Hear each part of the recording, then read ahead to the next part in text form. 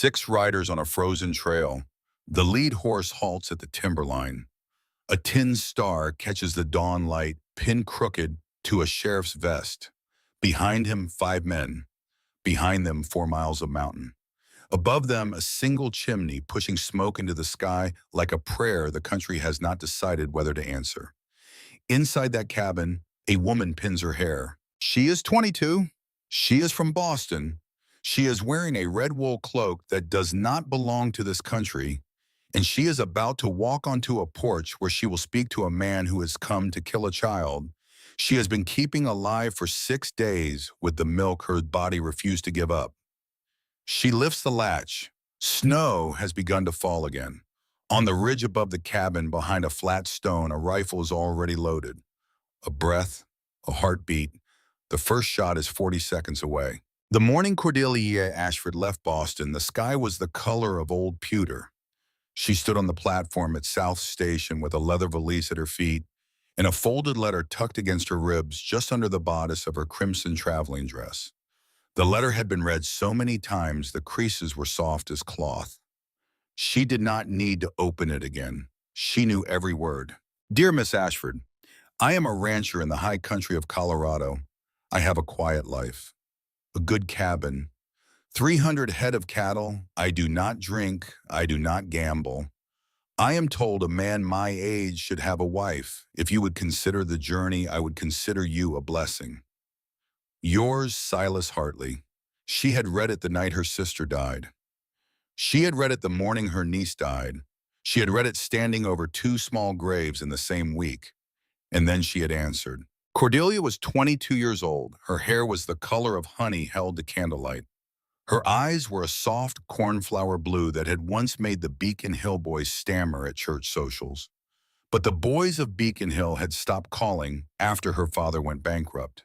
They had stopped entirely after her father died, coughing blood into a linen handkerchief embroidered with his own initials. Now there was no father, no house on Mount Vernon Street, no piano in the parlor, no sister Lily in the sewing room, no baby Mary in the cradle, only a letter and a train. The whistle blew. Steam hissed against her ankles. The conductor offered her his hand and she took it because her own hand was shaking and she did not want him to see. She did not look back at Boston. There was nothing left to look at. The train rocked westward for 6 days. She watched the country change through a smudged window. Brick gave way to brown grass. Brown grass gave way to wheat.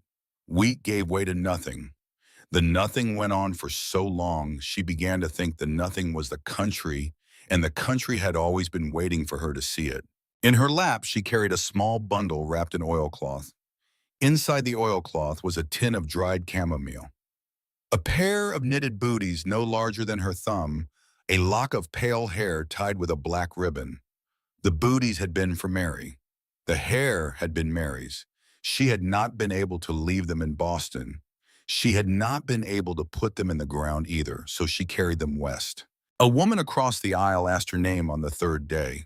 Cordelia gave it. The woman asked where she was going. Cordelia said, Colorado.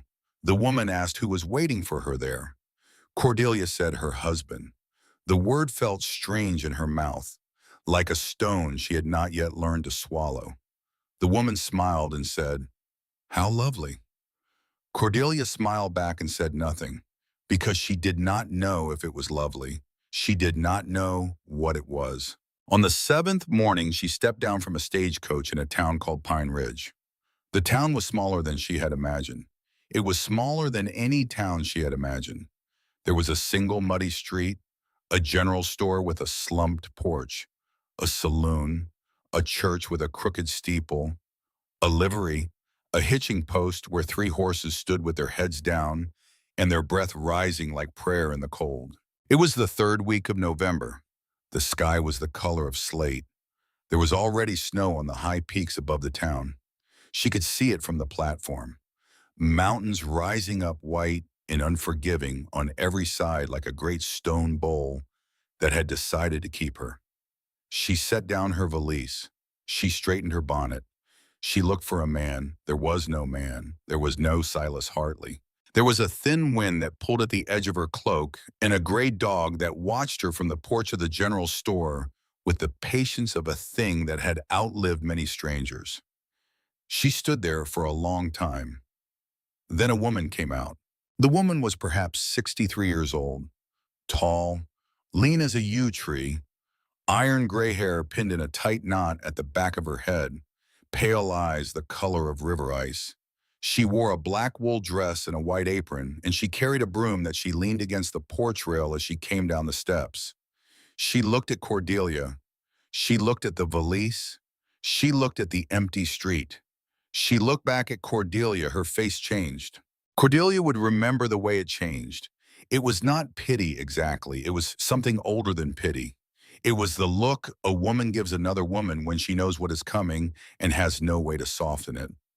"You will be Miss Ashford," then the woman said. Cordelia nodded. She did not trust her voice.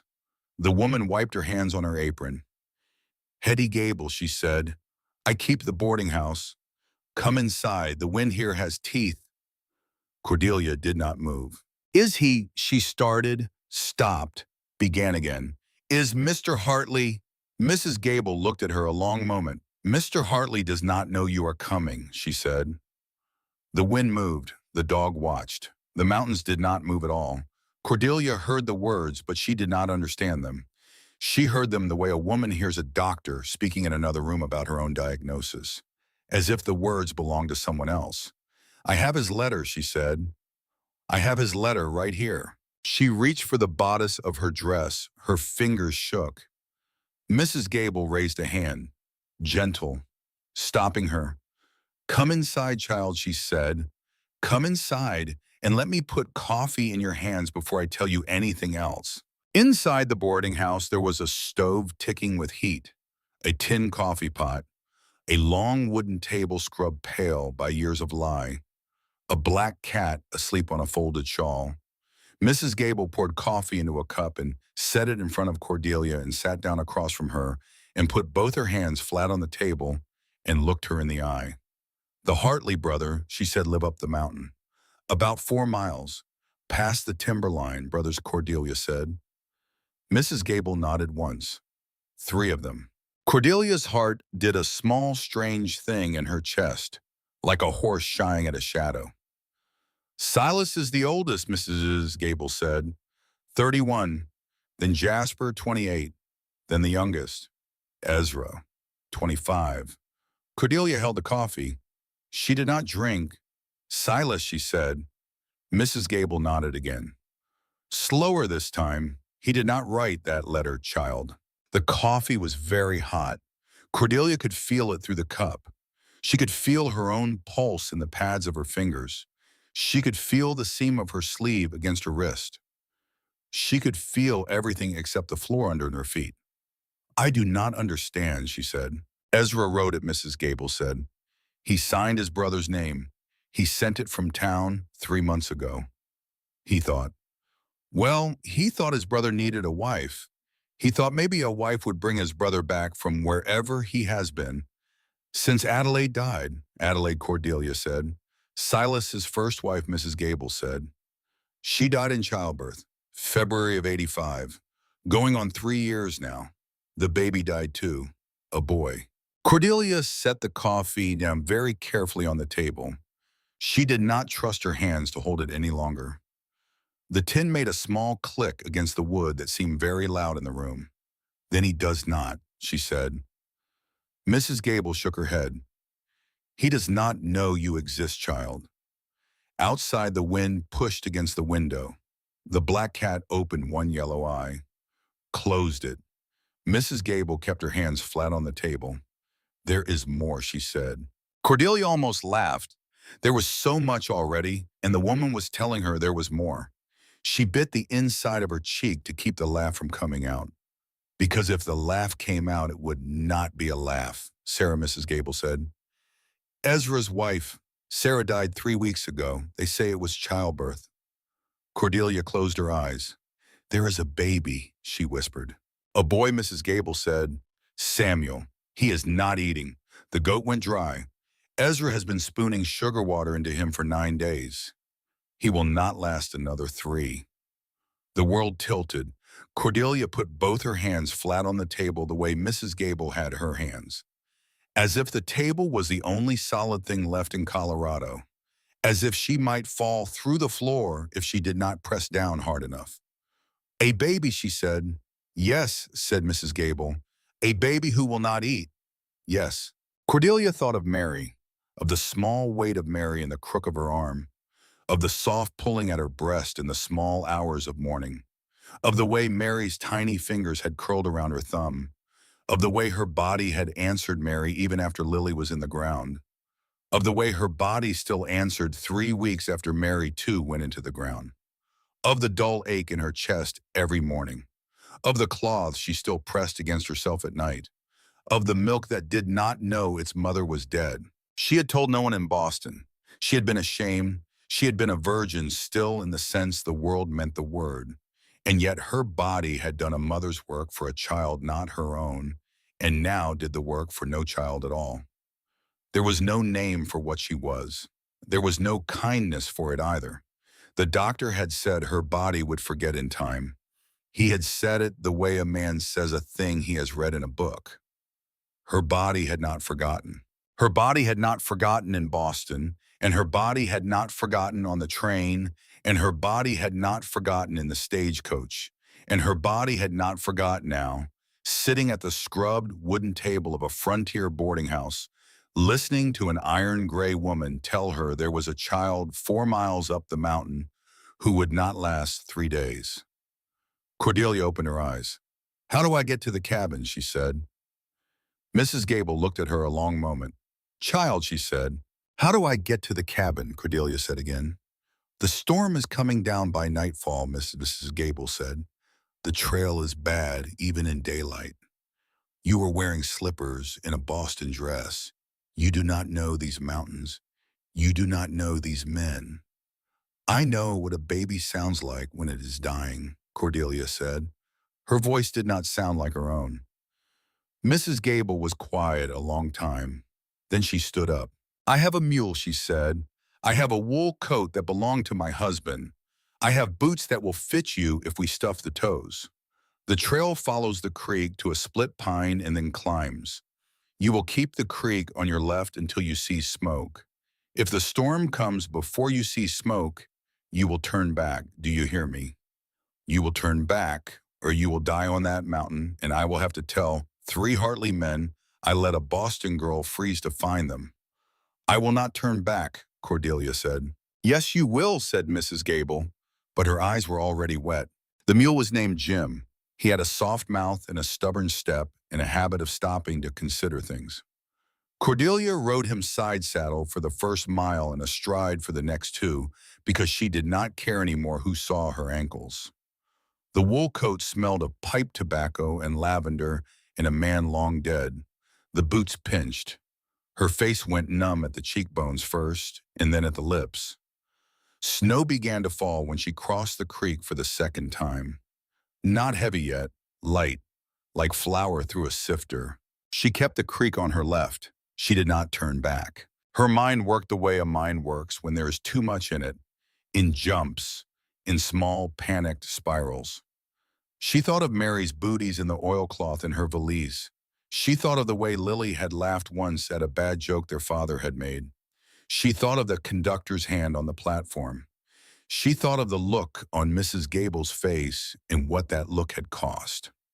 She thought of the word brothers and how strange a word it was with all those small, sharp consonants tucked inside it like teeth. 3 brothers, a baby, a husband who was not her husband, a husband who did not know her name. She almost laughed again. She almost laughed, and then she did not because Jim stopped and lifted his long ears and twitched them, and she looked up and saw the smoke. The cabin sat in a small cleared bowl below the timberline. Logs the color of dark honey, a stone chimney, a pole barn, a split rail fence, a pair of horses standing close to the leeward wall with their tails to the wind. The smoke went up gray and straight and then bent east when it cleared the chimney top. The cabin door opened before she reached the fence. A man came out. She would think later that she had expected the oldest. She would think later that something in her had been preparing to see Silas Hartley the way one prepares to meet the man one has come to marry. But the man who came out was not the oldest. He was the youngest. He was thin as a sapling. He had pale brown hair, and his cheekbones were sharp, and his eyes were red-rimmed, and there were dark hollows under them that she recognized from her own mirror. He was holding a small bundle against his chest. The bundle did not move. He stopped on the porch. He looked at her. He looked at the mule. He looked at the wool coat that did not belong to her. His mouth opened, closed, opened again. "Miss," he said. "Ezra Hartley," she said. His face did a thing she had never seen a man's face do. It collapsed and reassembled and collapsed again, all in the space of a breath. He took one step forward, then another. He came down the porch steps and stopped at the bottom, and his free hand went up to his mouth. "Oh, God," he said. "Oh, God," she said back, because she could see now that the bundle in his arms was not moving, and the bundle was a child, and the child was so still. She slid off the mule. She walked to him. She did not ask permission. She reached out and lifted a corner of the wool blanket. The baby's face was the color of skim milk. His lips were tinged blue. His eyes were closed. He weighed almost nothing. Almost. Then she saw the smallest movement at his throat, a flutter, the pulse of a thing that had not yet given up. How long since he last took anything, she said. "Yesterday morning," Ezra said. "A few drops, sugar water." He spit it back. His voice was hoarse. It cracked in the middle of the sentence the way ice cracks when something heavy moves across it. Inside she said, "Now, fire, a clean blanket, a bowl of warm water." Ezra did not ask who she was. He did not ask why she was on his mountain. He did not ask anything. He turned and he ran up the porch steps and he held the door open for her, and she walked into the cabin of three strange men carrying a dying child she had never seen before with milk her body had not forgotten how to give. The cabin smelled of pine smoke and old coffee and wet wool. There was a long plank table, a stone hearth with a fire built low, two long benches, a ladder to a loft, three rifles racked above the door, a pair of muddy boots by the threshold, a kettle on a hook over the coals, a wooden cradle by the fire with a wadded blanket inside it. Cordelia took in all of these things without seeming to look at any of them. She gave Ezra orders. "Get the fire up. Put water on. Find me a clean cloth, a bowl, a spoon. Where are your brothers?" "Silas is out, hunting. Jasper rode to Lawson's place this morning before the storm. They will not be back before dark." "Good," she said. Ezra did not ask why good. He moved. She moved. The cabin filled with small sounds. The pop of fire taking new wood. The scrape of a poker. The clink of a tin bowl set on the hearthstone. The hush of wool being unfolded. Outside, the wind began to lift its voice into the gable. She sat in the rocker by the fire. She took the baby into her arms. He weighed less than a loaf of bread. His skin against her wrist was cold, cold as the iron poker, cold as snow. Cordelia turned her head to Ezra. "Turn around," she said. Ezra looked at her, did not understand. "Turn around, Ezra Hartley. Face the door. Do not look back." His eyes filled. He turned. She unbuttoned the high collar of her dress with hands that had stopped shaking somewhere between the creek and the cabin. Hands that knew what to do because they had done it before in another house, in another life, for another small dying thing whose mother was already gone. She brought the baby to her. He did not stir. "Come on, little one," she whispered. "Come on. Your mother is gone, but I am here. I came a long way to find you. Come on now." She brushed his blue mouth with the side of her smallest finger, dampened from her own body. She had learned the trick in Boston with Mary. She did it again. She did it a third time. The baby's mouth twitched, his tongue moved, his eyes did not open, but he moved his head. a fraction of an inch, toward her. She made a small sound, not a word, not quite, something between a sob and a prayer. He latched, weak at first, then stronger. And then in the cabin of three strange men in a storm that was just beginning in a country she did not know. With a wool coat from a dead husband across her shoulders, Cordelia Ashford gave a child what only a grieving mother's body could give. She closed her eyes. She rocked the chair with the toe of her borrowed boot. She listened to the fire and the wind and the soft, determined small swallows of a child pulling himself back from the edge. By the door, Ezra Hartley stood with his back to her. His shoulders shook. He did not make a sound, but she could see in the firelight the wet path of tears on his stubbled jaw. She did not say anything to him. There was nothing to say. The boy fed for a long time. When he was done, he slept. A real sleep. Not the gray, slack stillness of a child failing, but the warm, small heaviness of a child fed.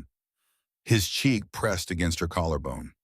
His tiny hand opened and closed once in the air, like he was testing whether the world was still there, and then settled against her dress. Cordelia buttoned her bodice with one hand. She drew the wool blanket up over them both. "You can turn," she said softly. Ezra turned. He looked at her. He looked at his son. He took 2 steps and stopped as if he had hit a glass wall. He stood there. He stood there a long time. Then his knees went out from under him, and he sat down hard on the bench by the table, and he put his face in his hands, and he wept. Not the kind of crying a man does in front of company. The other kind. The kind that comes out of a place a man has been packing, closed for weeks. He wept, and the cabin held him, and Cordelia rocked the baby, and the storm pressed itself against the windows. When he could speak again, he lifted his face. "Who are you?" he whispered. She almost smiled. It was not a real smile, but it was the closest her face had come. "I am the woman your brother did not order," she said. He flinched, closed his eyes, opened them. "You found the letter," she said. He nodded. "You wrote it." He nodded again. "You signed his name." He nodded a third time. His voice was wrecked. "I thought," he said, "I thought if a woman came, a kind woman, from back east, I thought maybe Silas could. I thought he could come back from where he has been, since Adelaide, since the boy. He has not. He has not been the same. He sleeps in the barn most nights. He does not eat at the table. He talks to the horses more than to us. I thought a wife might." He stopped. He looked at Samuel asleep against her. "I did not know Sarah would die," he said. "I sent the letter in August. Sarah was alive in August. Sarah was singing in August." His voice broke on the word singing. Cordelia waited. "I have killed everyone," he said. She closed her eyes. She knew that sentence. She had said that sentence to herself in the cold hours after Lily died. She had said it again the night Mary died. She had said it standing over 2 small headstones in the cemetery off Tremont Street. She had said it the morning she signed her name to a Boston letter that did not come from a man named Silas Hartley. She knew the weight of those words. She knew them all the way down. She opened her eyes. "You have not killed everyone, Ezra Hartley," she said. "You have just been the one left standing." He stared at her. His mouth shook. He did not speak. Outside, the wind found a new pitch, and then a man came through the door. He came through fast, and he came through cold, and he came through with a rifle in one hand and a brace of rabbits in the other, and snow on his shoulders and ice in his beard. He was tall, taller than the doorway almost. He had to duck. He had broad shoulders under a heavy buckskin coat. He had a dark beard frosted white at the edges. He had eyes the color of whiskey held up to lamplight. He stopped 2 steps inside. He saw the fire. He saw his brother on the bench with his face wet. He saw the cradle empty. He saw the rocker by the hearth. He saw Cordelia. He saw the sleeping child against her shoulder. The rabbits fell out of his hand.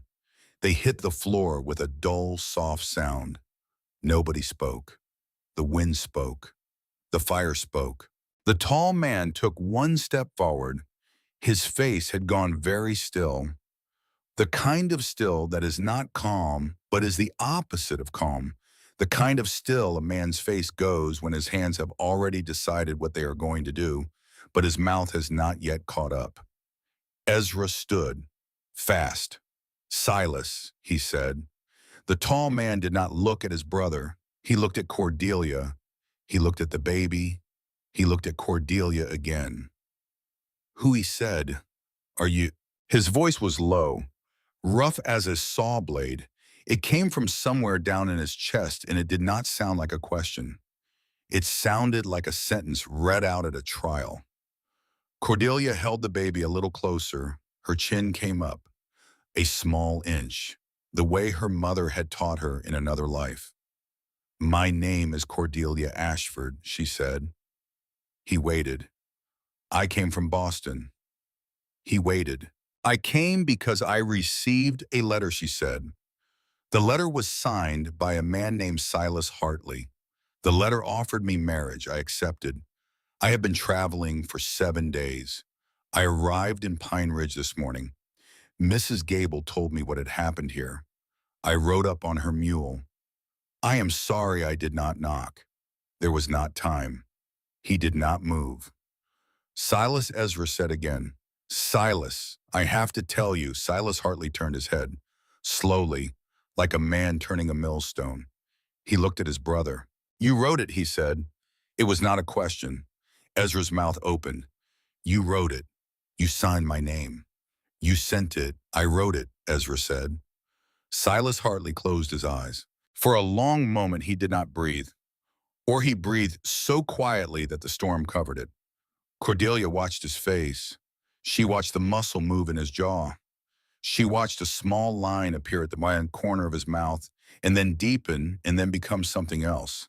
She had seen men in Boston angry. She had seen her father angry once at a banker. She had seen a stevedore in the train yard shout at a boy. This was not that. This was a man going still around a wound. When he opened his eyes again, they were on her. Miss Ashford, he said. Yes, she said. You will leave at first light. She did not answer. Did you hear me? I heard you, she said. The storm laid itself down hard against the cabin. The window glass rattled in the frame. The fire bent sideways and then righted itself. I cannot leave at first light, Mr. Hartley, she said. His brows came down. The storm, she said. We will be snowed in by morning. Mrs. Gable said so. The trail will be gone. Silas Hartley looked at the window, looked at her, looked at the cradle, looked at the rabbits on the floor that he had dropped and not picked up. He looked at the baby in her arms. His face did a small thing, a flicker, there and gone. He said nothing. He bent. He picked up the rabbits. He laid them on the table. He took his coat off slowly and hung it on the peg. He set his rifle in the rack above the door. He moved like a man underwater, like a man who had been hit hard and had not yet decided whether to fall. He did not look at Cordelia again. Then, without turning, he said, Why is my brother's child not crying? Cordelia answered him quietly, Because he has been fed, Mr. Hartley. A long silence. Fed, how he said. The fire popped. Cordelia did not look down. She kept her chin where her mother had taught her to keep it. The way a hungry child gets fed, she said. He did not move for a long count. Then he walked very slowly, very deliberately to the far end of the cabin. He pulled his hat down over his face. He sat down on the bench. He put his elbows on his knees. He put his face in his hands. His shoulders did not move. But Cordelia, holding his brother's son against her own breath, watched the firelight pick out a single bright wet line that ran from beneath the brim of his hat down along the dark of his jaw and disappeared into his beard. Outside, the white death was beginning. Inside, a girl from Boston rocked a stranger's child by the fire. And 4 miles down the mountain in Pine Ridge, in the back office of a freight depot, the town did not pay much mind to a thin man with a tin star pinned crookeded to his vest was reading a telegram for the third time. The telegram had come from Denver. It said, subject confirmed in Larimer County, Infant survives. Proceed. The thin man folded the telegram. He put it inside his coat. He drank the last of his whiskey. He walked out into the snow and called for his horse. He had a sister to avenge, or so he would tell anyone who asked. The storm did not let up. It did not let up that night. It did not let up the next morning. It did not let up the morning after that. The wind came down off the high ridge and dragged its long white skirts across the cabin and over the pole barn and into the trees, and the world outside the window went a color that was not white and was not gray, but was some third color the country invented in winters like this one. Inside the cabin, 3 men and 1 Boston girl and a baby named Samuel learned how to live around one another. It was not easy. Silas Hartley did not speak to her the morning after she came. He did not speak to her the second morning either. He spoke to the fire. He spoke to the kettle. He spoke to the woodpile. He spoke to his horse when he went out to the pole barn at dawn. He spoke very softly to the rifle when he cleaned it on the bench by the door. But he did not speak to her. He looked at her sometimes. She would feel it. She would be at the hearth warming a cloth for Samuel, or she would be sitting in the rocker with her hand against the baby's small ribs, counting his breath, and she would feel the weight of a gaze on the side of her face, and she would turn her head, and Silas Hartley would already be looking away. At the fire, at the door, at his own hands. His hands were always at something. A piece of harness leather, a whetstone, a bullet mold, the lock of a Winchester laid open across a folded cloth. He did not sit idle. He did not sit unbusy. He sat in the cabin the way a wolf sits in a cage, watchful, coiled, quiet. On the third morning, Cordelia woke before dawn. She had been given the small bed in the back room. The room had been Sarah's. It still smelled faintly of dried rose hips and lye soap. There was a hairbrush on the small table. There was a folded shawl over the back of a chair. Cordelia had not moved any of these things. She had slept on the very edge of the mattress, with her hair still pinned and her dress still on, because a Boston girl does not lie down in a dead woman's bed and pretend the bed is hers. She woke because she was cold. The fire in the main room had burned low. She could feel it. She knew the temperature of a cabin without seeing it now. She knew it the way her mother had known the temperature of a Boston parlor. She got up. She wrapped the shawl around her shoulders. She pushed open the door. Silas was at the hearth. He was on one knee. He was feeding small splits of pine into the coals one at a time. He had not heard her open the door. He was dressed, but his feet were bare. His dark hair was loose at the back of his neck. She did not move. She watched him. She watched the way he laid each piece of wood, careful, like a man setting type, like a man who had once known how to set a thing right and still remembered the muscle of it. The fire took the new wood and came alive, and his face came alive too in that orange light. She saw the line of an old scar at his temple that ran down into his beard. She saw the gauntness at his cheekbones that the beard could not hide. She saw the way his shoulders curved forward, just a little, the way a man's shoulders curve when he has been carrying something invisible for a long time. She must have made some small sound. He turned his head. Their eyes met across the dark room. He went still. She went still. The fire crackled. Then Silas Hartley stood. Slowly, he picked up his boots from the hearthstone. He nodded to her once, not at her, to her, the way a man tips his hat to a stranger on a road. And he walked past her out the door into the storm with his boots in his hand. She stood there a long time. She did not know why she wanted to cry, except she knew exactly why she wanted to cry. By the fourth morning, the cabin had found its rhythm. Jasper was the easiest of them. Jasper Hartley was 28 years old and built like a wire fence. Lean, old angles, gray eyes, black hair he kept cropped short, a scar on his upper lip that pulled his mouth up when he smiled, which gave his smile a crooked, sideways look that on another man might have been mean. On Jasper, it was not mean. Jasper made coffee. Jasper joked about her boots.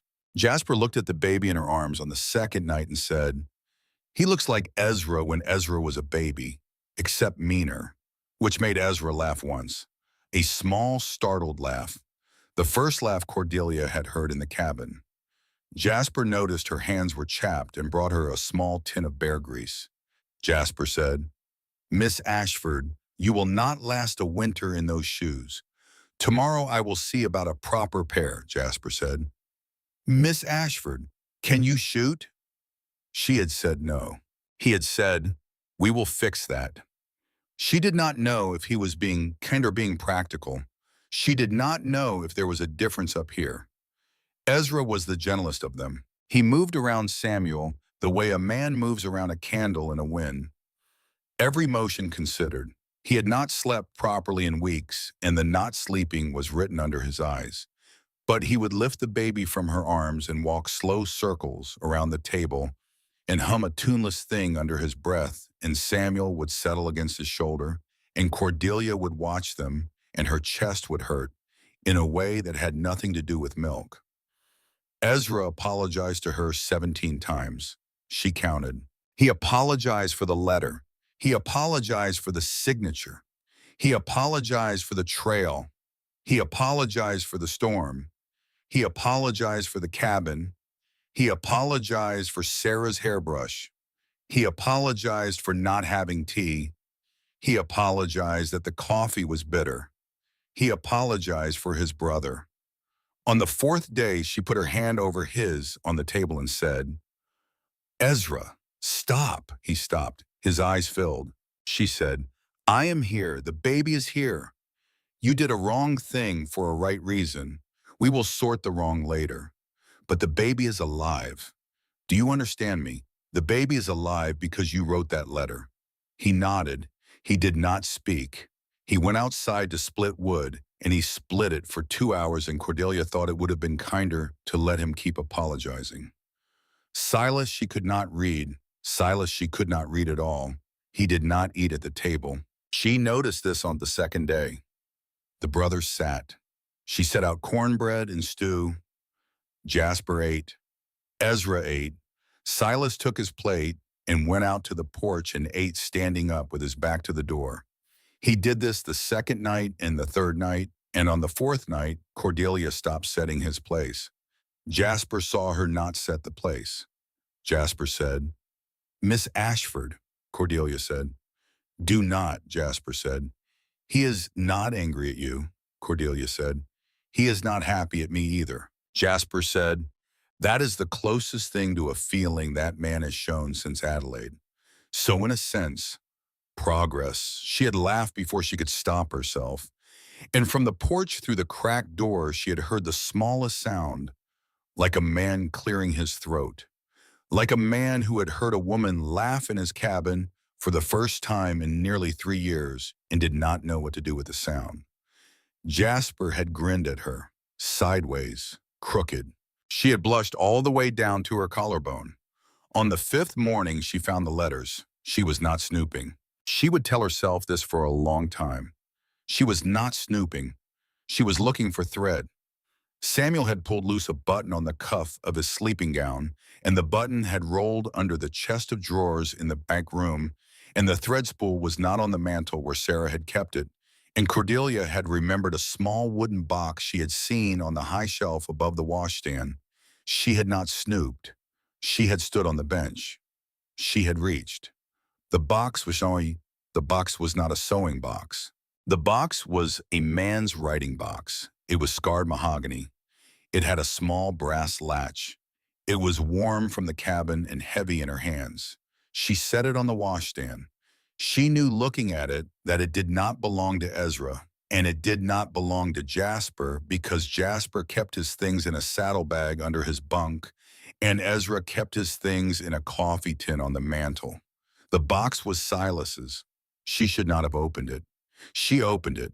Inside were 27 letters. 27. She counted them later twice sitting on the floor of the back room with the door bolted and Samuel asleep against her shoulder. 27 letters, all in the same handwriting, all folded the same way, all addressed in the upper right corner with 2 words, Miss Ashford, she had not been imagined. She had not been invented. She had been written 27 times. She read the first one with her hand pressed flat against her mouth. Miss Ashford, it is October. The aspens have gone gold, and the cattle are heavy, and there is frost on the ground in the mornings. My brother says I should write to a woman. He has not said which woman. He has not said any woman. He has said it the way a man tells another man to drink water. I do not want to write to a woman. I have a wife in the ground and a son in the ground, and I do not have another writing in me. But I am writing this anyway because if I do not, the silence in this cabin is going to kill someone. I will not send this. Silas. She read the second. Miss Ashford, it is November now. Today I killed a buck at 100 yards and brought it home, and Ezra dressed it on the porch, and Jasper laughed at a thing I do not remember, and I realized I had not heard myself laugh in 11 months. I do not know if I can. I think the part of a man that laughs is a muscle, and I think mine has gone slack. I do not know how to wake it up. I will not send this. Silas. The third was a single line. Miss Ashford, I dreamed of you last night, and I do not even know your face. Silas. She put her hand over her mouth harder. She read them all. She read them all in one sitting with the door bolted and her shoulders shaking and the baby warm against her neck. She read them like a woman reads a letter from her own life that someone else had been writing without her knowing. She read about a man's brother getting married in the summer of 1886 and a man riding out alone afterward and staying out 3 nights. She read about a horse he had loved that broke a leg in March and that he had to shoot himself. She read a paragraph about Adelaide that was so short and so terrible she had to set the letter down and breathe for a full minute before she could pick it back up. She read about Sarah being kind to him, about Sarah teaching him how to braid bread dough, because Adelaide had used to make him braided bread on Sundays, about Sarah laughing when he got the braid wrong, about Sarah saying, Silas, you are still in there. I see you. She read about Sarah saying that exact sentence 3 months before she died. Cordelia read the last letter twice. The last letter was dated August the 7th, 1887. Miss Ashford, I will not write to you again. It is not fair.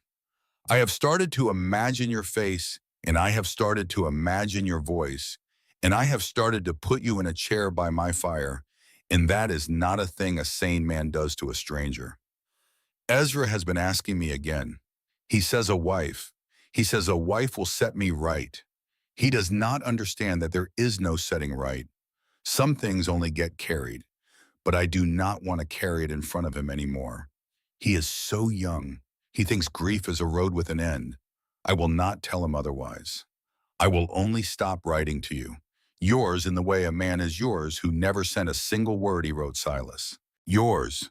He had signed it, yours. Cordelia laid the letters back in the box in the order she had found them. She closed the brass latch. She set the box on the washstand.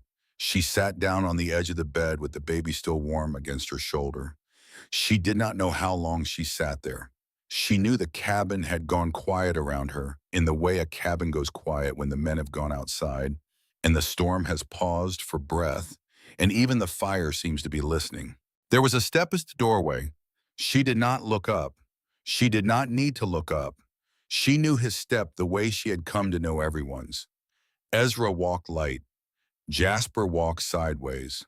Silas walked like a man putting each foot down on purpose, like a man who had once needed not to be heard and had never forgotten. He had heard her crying. She did not know she had been crying. She put her hand to her own cheek and felt the wet. Miss Ashford, he said. Quiet. Behind her. He had not crossed the threshold. I am sorry, she said. You are not the one who should be sorry, he said. She did not turn around. She could not. She did not have a face for him yet. Her face was still in 27 letters on a washstand, and she had to get it back before she could turn around. I should not have opened the box, she said. I know he said. I am sorry, she said again. I know that too, he said. A pause. I think he said that maybe I left the box where you would find it. Her head came up. She turned then, Slowly, he stood in the doorway, hat off, hair wet from melting snow, coat still on his shoulders. He was looking at her the way a man looks at a horse he has been trying for a long time not to love. I did not, he said. I did not exactly mean to, but I think I did. Anyway, she did not speak. Miss Ashford, he said. Yes, she said. He took a breath. I did not write to you and not send those letters because I was a coward, he said. I wrote to you and did not send them because I did not have the right. I had a wife. She was in the ground. I had a son. He was in the ground. And I had a brother who I knew would break himself trying to lift me out of that ground. I wrote you because if I wrote you on paper, I did not have to write you in my head while I rode fence. That is the truth of it. She did not move. He looked at the floor. Ezra found the letters, he said. He found them in the spring. He read them. He should not have read them. He read them anyway. And in August, he wrote one of his own, and he signed my name. She nodded slowly. He told me the night you came, Silas said, not before. He sat at the supper table the night the storm came down, and he watched me see you holding the boy. And he came to me after in the barn with his hands shaking. He confessed it then. He said he had done it. He had sent for a woman from Boston. He had paid for it out of his cattle share. He said, Silas, I am sorry, but Sarah is gone and you are alone, and you wrote to her and I did not know what else to do. Silas's voice did not waver. It only got very quiet. I told him she would not come, he said. I told him a Boston woman receives a letter like that. She reads it, she laughs at it, she throws it in the fire, and she is done with it. I told him she would not come because no woman of sense would. I told him. He shook his head. I told him a great many things, he said, none of which mattered, because you were already at the door. Cordelia found her voice. I did not laugh, she said. His eyes came up. I did not throw it in the fire either, she said. I see that, he said. I read it many times, she said. I see that too, he said. The wind found a small voice in the rafters. He took one step into the room, then stopped, as if he had decided not to take another. Miss Ashford, he said. Yes, she said. I do not know what you and I are to one another, he said, because I did not ask for you and you did not ask for me, and neither of us has the comfort of pretending we chose this. But I want you to know that the woman in those letters, she is not a stranger to me, and I do not want her to be a stranger to me anymore. She could not breathe. She nodded. Once. He nodded back. Once. He put his hat back on his head, and he turned and he walked out of the room. She heard his boots cross the main floor. She heard the cabin door open. She heard the wind come in and the wind go out. She heard the door close. Samuel made a small, sleepy noise against her neck. She held him. She wept. She wept until the front of her dress was wet and her shoulders ached. And Samuel woke and looked at her with his wide newborn eyes, still that uncertain slate color all newborns share before they decide what color they will be. And he did not understand. She kissed the top of his head and whispered, I do not understand either, little one. I do not understand either. That night she set Silas a place at the table. He came in from the porch. He saw the place. He looked at her. His mouth did a thing it had not done. The corner of it moved, the smallest fraction. A muscle remembering its job. He sat down. Jasper looked at Silas. Jasper looked at the empty place. Jasper looked at Cordelia. Jasper said, Well, Cordelia said, Pass the bread, Jasper. Jasper passed the bread. Ezra grinned into his stew. Silas did not say anything, but he ate. He had not eaten at that table in nearly 3 years. On the 6th morning, Mrs. Gable came up the mountain. Cordelia did not know how Mrs. Gable did it. The storm had broken in the night. The trail was packed with new snow but no longer falling. 2 of the Lawson boys had ridden up at dawn to break the trail for her with their plow horse. Mrs. Gable was 63 years old. The mule was older, But the trail was passable now, just barely, and she had come. Jasper saw her first from the porch. Jasper said, "Hetty, what in God's name?" Mrs. Gable said. "Help me off this animal, Jasper Hartley, before I freeze to him." He helped her off. They brought her inside. They set her by the fire. They put a cup of hot coffee in her hands. She let the coffee warm her fingers. She did not drink it. She looked at the four of them. Three brothers and a Boston girl. She said, "I would have sent a boy. There is no boy left to send." Silas straightened. What he said. Mrs. Gable reached inside her coat. She took out a folded paper. She set it on the table. She slid it toward him with two fingers. "A telegram came to the depot yesterday," she said. "It came from Denver. The depot man brought it to me because he could not make sense of it, and he knows I keep an eye on the trail to your cabin." I made sense of it. Then I burned the original and copied this out by hand because I did not want it on a real telegraph form for any other set of eyes to read. Silas picked up the paper. He read it. His face did not change. His face going not changing was worse than his face changing. He set the paper down. He pushed it across the table to Ezra. Ezra read it. Ezra went the color of bone. Cordelia did not ask. She put her hand on the table. Silas looked at her. He turned the paper around. He slid it toward her. The handwriting was Mrs. Gable's. Neat. Schoolmarm letters. The message was short. Subject confirmed in Larimer County. Infant survives. Proceed. Cordelia read it twice. She did not understand the words. She understood the words. She understood every word. She did not understand why the words were on a piece of paper on a kitchen table in Colorado. Subject, she said. Ezra's voice came out hollow. Samuel, he said. She looked up sharply. Samuel is the subject, she said. Ezra nodded. Cordelia put her hand to her throat. Who, she said. Who would send? Mrs. Gable answered for him. Mrs. Gable said the name very softly, as if saying it any louder would call him into the room. Sheriff Boone Calloway, she said. From over in Larimer. Silas did not move. Jasper did. Jasper stood. The bench scraped.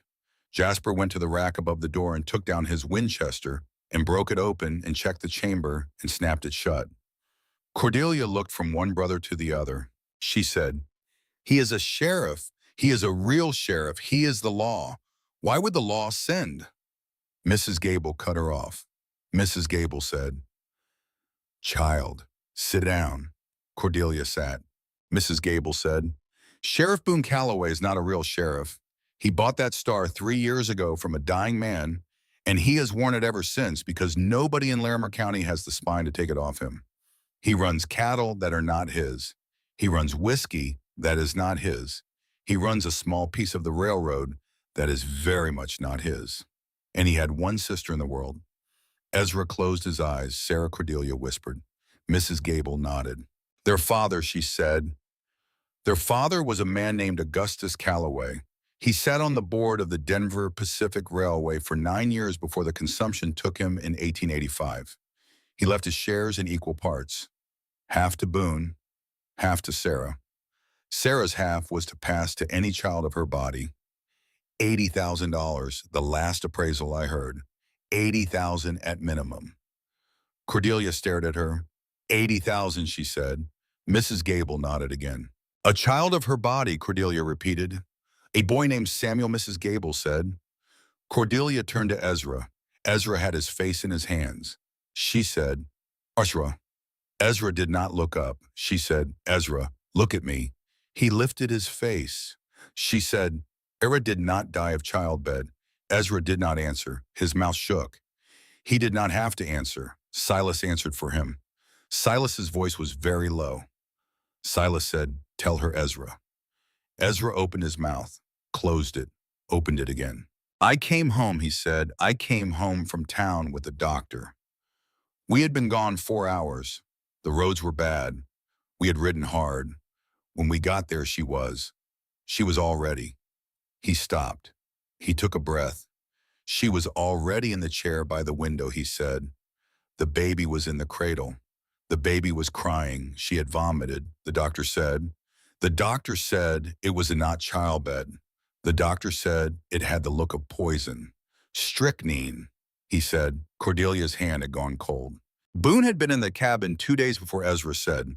He had come up to see his sister. He had brought her sugar. He brought her sugar in a paper twist. She had baked with that sugar. Silas said, "We did not call it that out loud, not in town, because Ezra had no proof, because Boone wears a star, because a man with a star can hang a man who calls him a killer faster than a man can saddle his horse. So we said, childbed.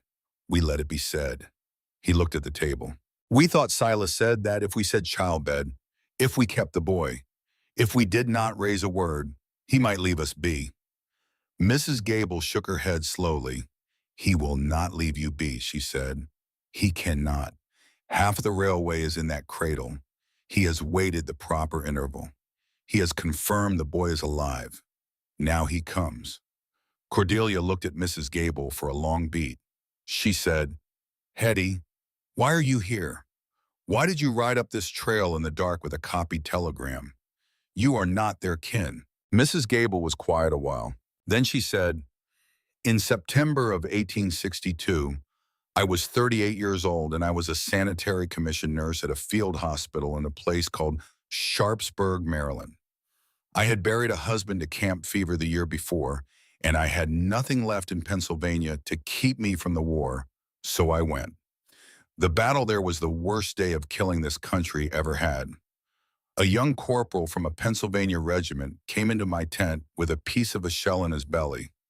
Most of the surgeons would not touch a belly wound. I sat with him for 2 nights, and I cleaned him out with carbolic, and I prayed over him, and somehow he did not die." Her eyes did not leave the table. "That corporal," she said, "was a man named Eli Hartley. He went home to Colorado after the war. He married. He raised 3 sons in this cabin. He died of pneumonia in 1881. I came west in 1876 to keep an eye on his boys because I promised him in that tent that I would, and a thing said over a man at Antietam is not a thing a person walks back." Silas was staring at her. "Hetty," he said. Mrs. Gable said, "Your father knew Silas. He knew the whole time. He did not tell you because he thought it would make you treat me strange. He was probably right." Silas put his face in his hand. Mrs. Gable said, "So I am here, Cordelia, because I owe a debt I have been paying for 25 years to a boy on a cot in a tent that smelled of blood and lie, and I will pay it for as long as there are Hartley men breathing on this mountain." Cordelia could not speak for a long moment. Then she looked at Samuel asleep in his cradle by the fire, his small fist against his cheek, his small chest rising, falling, rising. She thought she was going to be sick. She thought no. She thought no instead. She put her hand flat on the table. "Then he will not have him," she said. 3 Hartley men looked at her. Mrs. Gable looked at her. She did not know her own voice. Her voice was somewhere else in the room. Her voice was up at the ceiling. Her voice was a thing she was listening to. "He will not have him," she said again. "Not while I am breathing. He may come up this mountain with 100 men. He will not have him." Jasper made a small sound, a grunt almost, the sound of a man recognizing a thing. Silas did not speak. Silas was looking at her with whiskey eyes gone wide and very still. Then Silas reached across the table. He did not take her hand. He did not touch her. He laid his own hand flat on the table beside hers with the smallest space between them, the space of a folded letter, the space of a single word, he said. "Then we agree on something at last, Miss Ashford." She nodded. She could not speak. Mrs. Gable cleared her throat sharply. Miss Gable said, "There is one more thing." They all looked at her. Mrs. Gable said, "Boone will not come alone. He will bring riders. The depot man counted 6 horses tied at the rail yesterday at noon. 6 riders. And one of them." She paused. She looked at Silas. One of them is Obadiah, she said. Silas Hartley closed his eyes. Jasper said a word that Cordelia had never heard a man say in front of a woman. Ezra said, "No, no." "Hetty, no," Mrs. Gable said. "Yes," Cordelia said. "Who is Obadiah?" Nobody answered her. She said it louder. "Who is Obadiah Hartley?" Silas opened his eyes. Silas said in a voice flat as still water, "He is our cousin, Miss Ashford. Our father raised him in this cabin after his own father went under the ice in 1870. He sat at this table for 11 winters. We taught him to shoot in the yard you can see from the window. We buried his mother next to ours. He is our blood. And he is riding up this mountain with the man who poisoned our brother's wife for $10,000, apparently." The fire popped. Outside, the storm was thinning. The world beyond the cabin window had gone a soft blue-gray, the color a sky goes when it is finished snowing and is deciding whether to clear. Silas looked at his brothers. His brothers looked back. A whole conversation passed between the three of them that Cordelia could not hear but could see. The shape of it, the weight, decisions being passed across the table like cards. Silas turned to her last. "Miss Ashford," he said. "Cordelia," she said. His eyebrows lifted, just the smallest. "Cordelia," he said. "Yes," she said. "There is a stage tomorrow at dawn out of Pine Ridge to Denver," he said.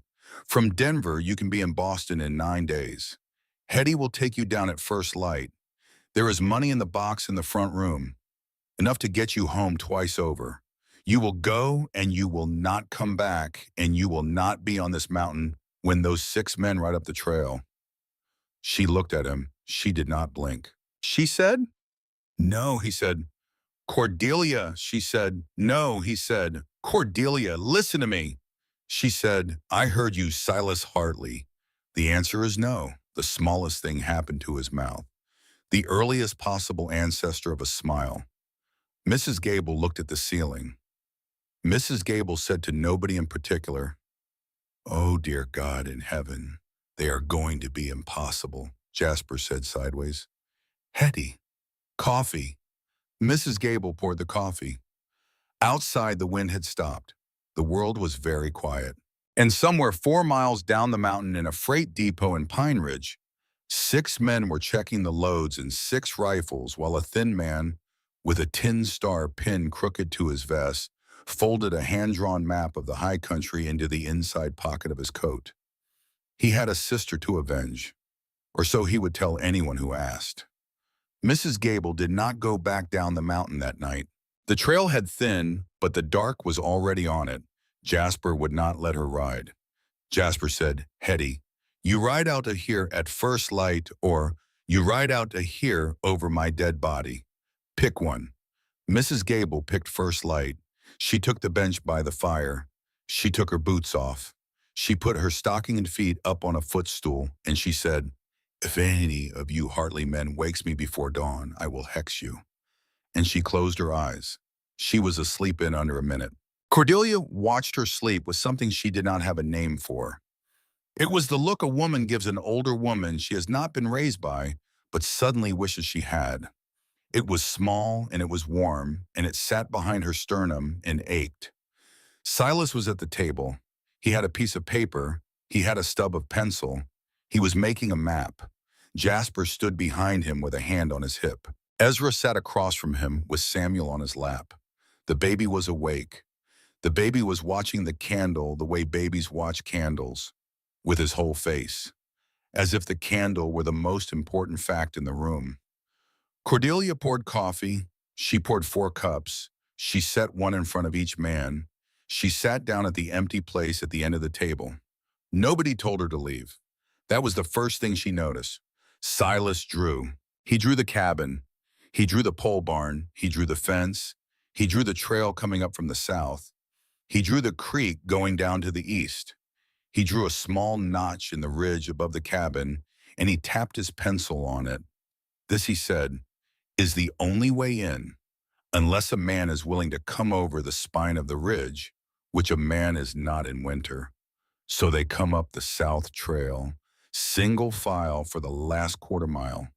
Because the timber narrows. Jasper nodded. 6 men, Silas said. Single file, last quarter mile. Jasper grinned crooked. Cordelia watched Jasper grin. She thought, oh, he has been waiting for this. He has been waiting for this for 3 weeks. He has been waiting since Sarah went into the ground.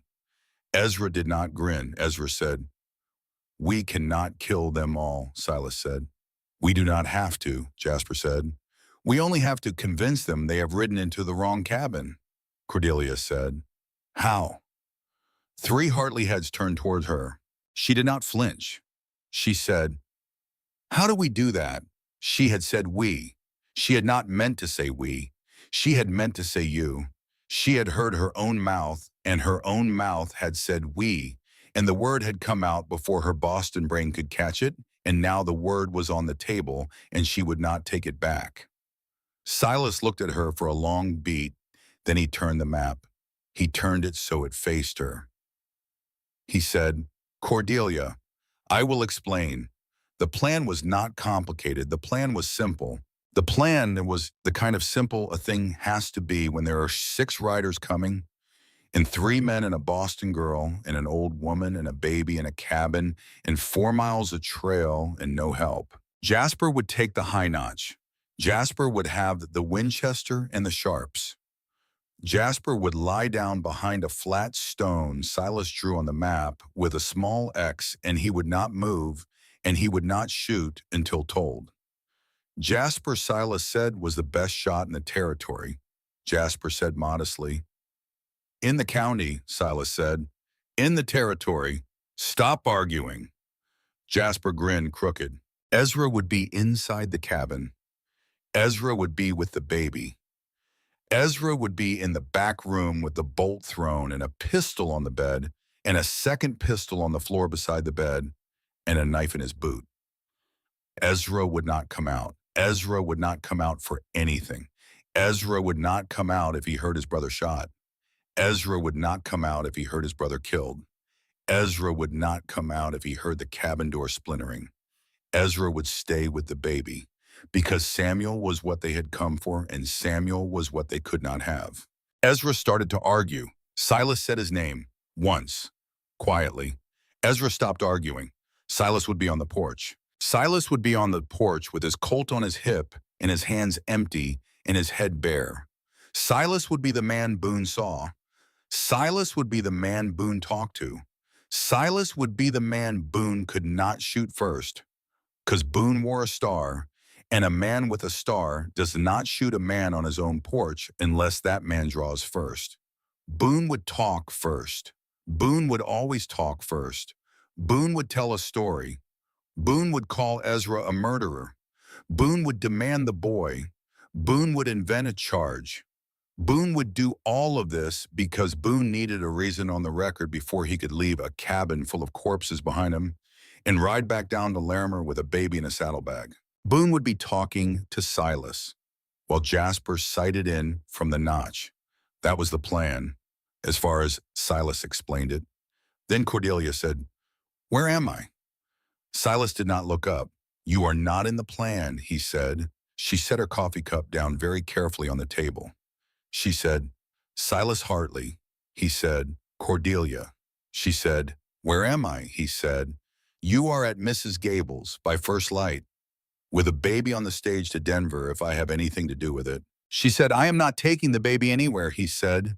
"We have discussed this," she said. "You have discussed this. I have not agreed to it." Jasper drank his coffee, slowly, with great interest, like a man at a play. Mrs. Gable's breathing did not change, but one of her eyes opened, just a corner, just to watch. Silas put down the pencil. He said, "Cordelia, he will kill you." She said, "He will try." Silas said, "Cordelia, listen to me." She said, "I am listening. I am the only person in this cabin who has been listening for 6 days.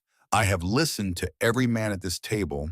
She said it without raising her voice. She said, "I have listened, and I have a piece to add. So I will speak now, and the 3 of you will listen to me, as I have listened to you. There was a very long beat. Jasper said into his coffee. I would let her sigh. Silas said nothing. Cordelia leaned forward. She said, Boone will come up the trail with 6 men. Boone will have a charge ready. Boone needs the charge because of his star. The star is the only thing keeping a posse of decent men loyal to him long enough to do what they came to do. The instant the charge falls apart, his men start asking themselves why they are pointing rifles at a cabin in the snow. So the charge is the soft place. The charge is the bone we crack. 3 Hartley men were looking at her now. She kept going. The charge will be that Ezra murdered Sarah, she said. The charge will be that Ezra kidnapped Samuel and fled to the high country. The charge will be that Sheriff Boone Calloway, brother of the deceased, has tracked the murderer to ground and now demands the return of the orphan to the lawful next of kin.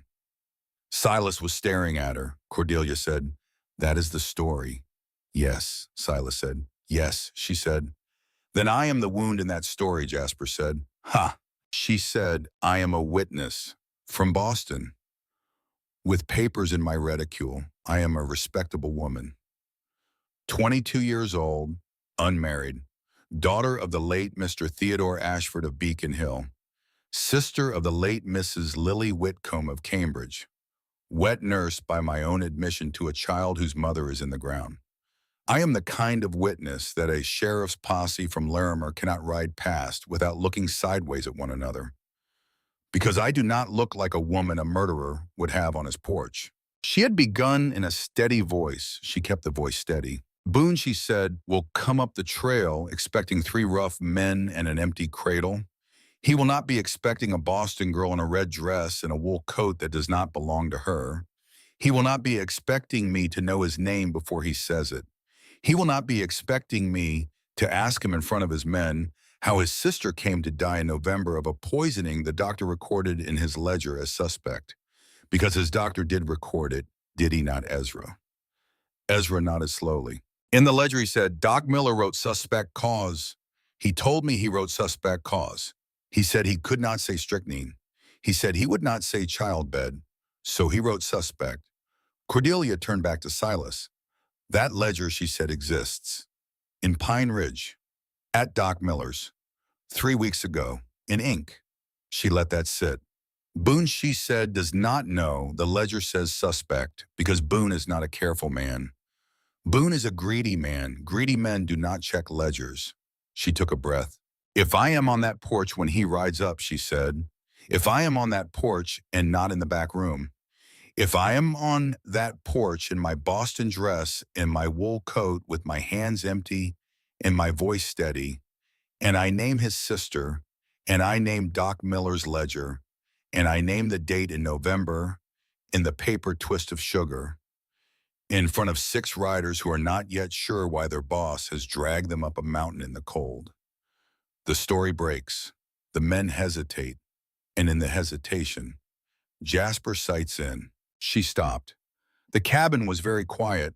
The fire crackled. Mrs. Gable's eye was fully open now. Jasper set down his coffee. Jasper said, Silas.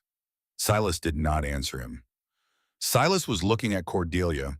He was looking at her like a man looks at the country at first light, when the light has just come up and shown him something he did not know was there. Silas said, Where did you learn that? Cordelia said. Learn what? Silas said. How to break a man on his own story. Cordelia said. My father was a printer. He printed broadsides for the Boston papers. He used to come home and tell me which lies in the papers would break and which lies would hold. He said, a lie holds when the man telling it has nothing to lose. A lie breaks when the man telling it has something to hide. Boone has something to hide, so Boone's lie will break. She paused. She said, My father is in the ground also, so the lessons go with me. Silas closed his eyes for a long moment. When he opened them, they were wet. He did not say anything for a while. Then he said, Cordelia Ashford, she said. Silas Hartley, he said. I will not stand on that porch with you out there, she said. I know, he said. You stand behind me, to my right, Where my body shades yours, she said. Yes, he said. You speak when I tell you to speak, she said. No, his brow pulled. She said, I speak when his story needs to break, not when you tell me to, because you will not know when. I will know when.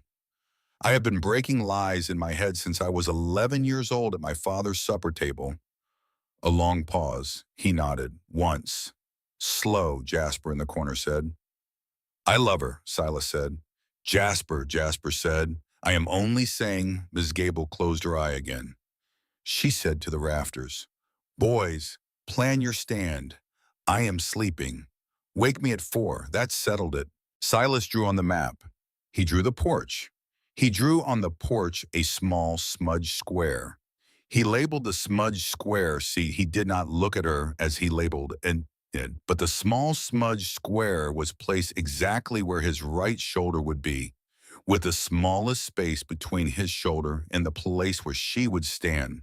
She watched him draw it, her hand on the table near his, not touching. The space between their hands the size of a folded letter, the size of a single word. They worked until very late. They worked out the angles. They worked out the signals.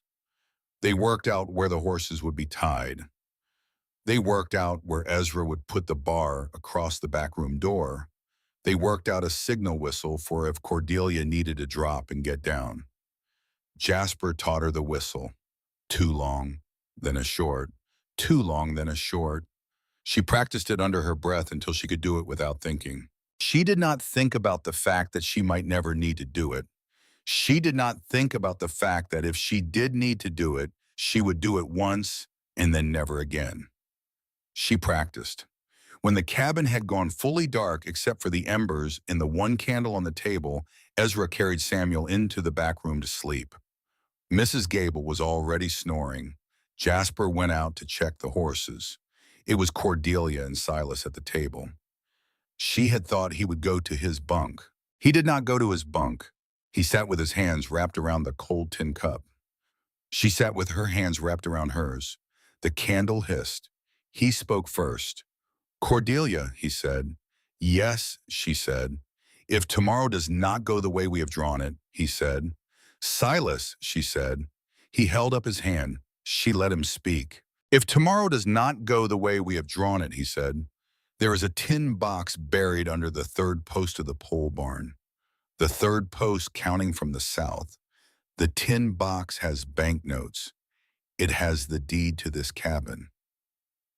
It has a letter to my cousin in Sacramento. The letter says you and the baby are to be received without questions. The cousin will receive you. He is a good man, better than I have been, cleaner. He has a wife. They have no children. They will love the boy. She did not interrupt. He said, the deed I am leaving in your name. She said, Silas, he said. Let me finish Cordelia, she said. Let me finish Silas Hartley. He stopped. She said, I'm not running to Sacramento with your nephew. I am not taking a deed to a cabin you are not in. I am not receiving a kind cousin in California because the man who finally signed his name on a letter to me decided on the morning of a gunfight to die romantically on a porch to save my reputation. Do you hear me, Silas Hartley? His mouth did the thing, the earliest possible ancestor of a smile. He said, I hear you, Cordelia Ashford. She said, then say what you should be saying instead. He blinked. He said, what should I be saying instead? She said, I do not know. That is your job. I have done my speech for the evening. He laughed. It came out small, surprised. The laugh of a man who had not laughed in almost 2 years and had forgotten what his own laugh sounded like. He laughed and then he stopped, alarmed at himself. He looked at her. He looked at the candle. He looked at her again. He said, Cordelia. She said, yes, he said. I do not know how to say a thing to a woman. She said, try anyway. He swallowed. He said, when you came up that mountain on Hetty's mule, with a coat that did not fit you and boots that did not fit you, and a baby that was not yours, and a man on the porch who was not your husband. I was outside. I had a buck on the back of my horse. I saw you from the tree line. She did not breathe. He said. I thought, who is this fool? Coming up my mountain in a Boston dress, in a storm. She almost laughed. He said, and then I saw your face. And I thought, oh, she is not a fool. She knows. She knows there is a child in that cabin. She has come for the child. And then I thought, oh. And then I thought, he stopped. He could not find the next sentence. She waited. He said, I thought, I have been writing letters to her for a year. His voice broke on the word year. She put her hand on the table. She did not put it on his hand. She put it on the table, 3 inches from his hand. She left it there. He looked at her hand. He looked at his own. He moved his hand. Slowly as a man moves through deep water, as slowly as a man moves a hand that has not known how to reach in a very long time. He laid his palm over the back of her hand. He did not press. He did not hold. He laid it like a man laying a coat over a woman who is cold, a covering, a small kindness, a statement. He said, only if you want me to. She said, I want you to. They sat like that, just like that. His hand on hers, the candle hissing, the wind nowhere, Samuel sleeping in the back room, Mrs. Gable snoring soft on the bench. A cabin holding 2 people who had stopped being strangers about 3 minutes after she walked through the door 6 days ago and had been pretending they were strangers ever since. After a long time he spoke. He said, I should have written to you sooner. She said, you wrote to me 27 times. He said, none of them counted. She said, they all counted. He said, I did not send them. She said, I have read them. His eyes lifted to hers. She said, every one. He said very softly, oh, she said, Silas Hartley, listen to me. He listened. She said, I came west on a train with a letter. The letter was a lie. I did not know it was a lie. I came anyway because I had nothing to lose, because I had buried my sister and my niece in the same month, because Boston had nothing in it for me, because my body would not stop, because I could not look at the cradle in my sister's house one more morning, because if I had stayed, I was going to walk into the harbor. His face did not move, but his hand on hers tightened just a fraction. I came west, she said, because the letter was the only thing in my mail tray that was not from a debt collector. The letter was the only thing in Boston that asked me to come somewhere instead of telling me to leave. The letter lie or not asked, so I came. She said, I got to Pine Ridge. I did not find a husband. I found Hetty. I found a story. Found a baby on a mountain.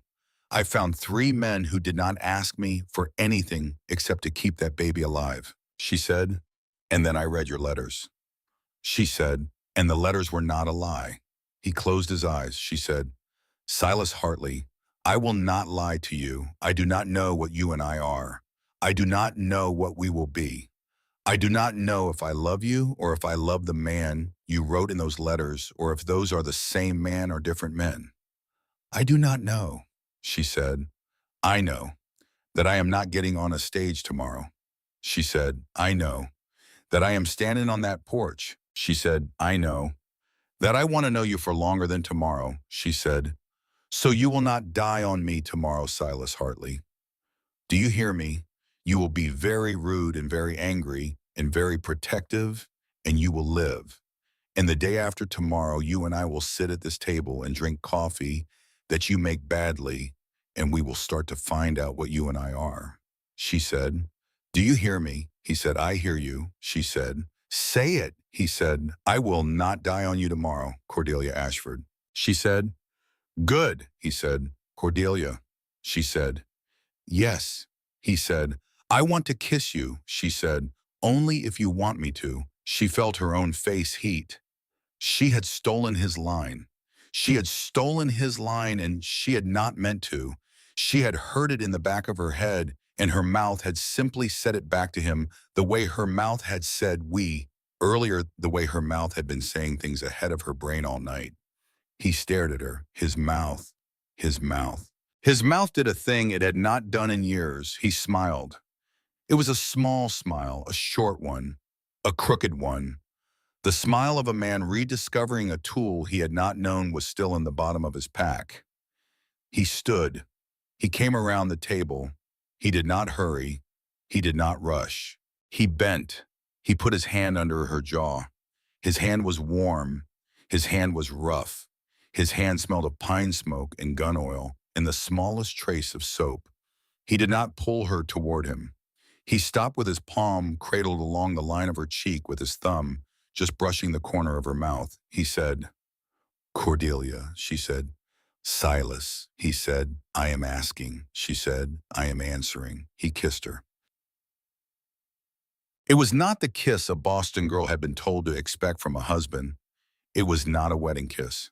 It was not a ballroom kiss. It was not the kiss she had read about in the small leather book her cousin had passed her under the table at 14. It was a kiss made of held breath in nearly 3 years and 27 letters, in a storm and a child and a porch in the morning that neither of them had survived yet. It was a kiss that asked a question. She answered the question. She brought her hand up to the back of his neck, and she kept it there, and she answered the question. When he drew back, his forehead came down against hers. He stayed there, his eyes closed, his breathing not steady. He said against her temple, "If we do not survive tomorrow," she said. "Stop," he said. "Cordelia," she said. "Stop. We will survive tomorrow," he said. "Yes," she said. "Yes."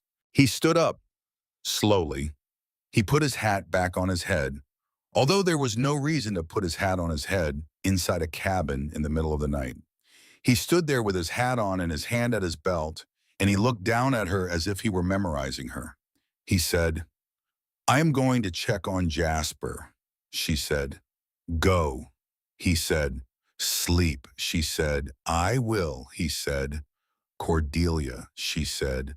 "Silas," he said. "Thank you for not laughing at the letter." He walked out of the cabin. The door closed softly behind him. She sat at the table a long time after he was gone. She put her fingers against her mouth. She left them there. She did not cry. She had cried enough for one cabin. She had cried enough for 1 week. She had cried enough for one life.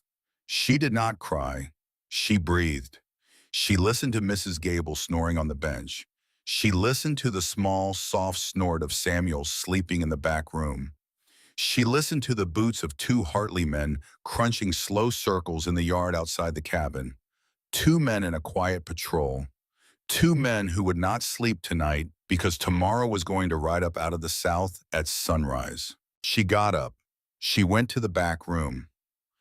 Ezra was sitting on the edge of the bed with Samuel on his lap. He was not asleep. He had unbuttoned his shirt at the throat. He had Sarah's hairbrush in one hand. He was turning it over and over in his fingers like a man working a rosary. He looked up when she came in. He said, "He looks like her." She said, "I know," he said. "He has her chin, the dimple." She said, "I know," he said. "I do not know how to do this without her." She said, "Ezra," he said, "I do not know how to be a father by myself." She said, "You are not by yourself." He looked at her. She sat down on the bed beside him. She put her hand on the back of his neck the way she had done 100 times with Lily when Lily was crying, the way her mother had done with her, the way Mary's small fingers had once curled against the same place on her own neck. She said, "Ezra Hartley, you are not by yourself," he cried. Quiet, like a man who had been crying quietly for 3 weeks.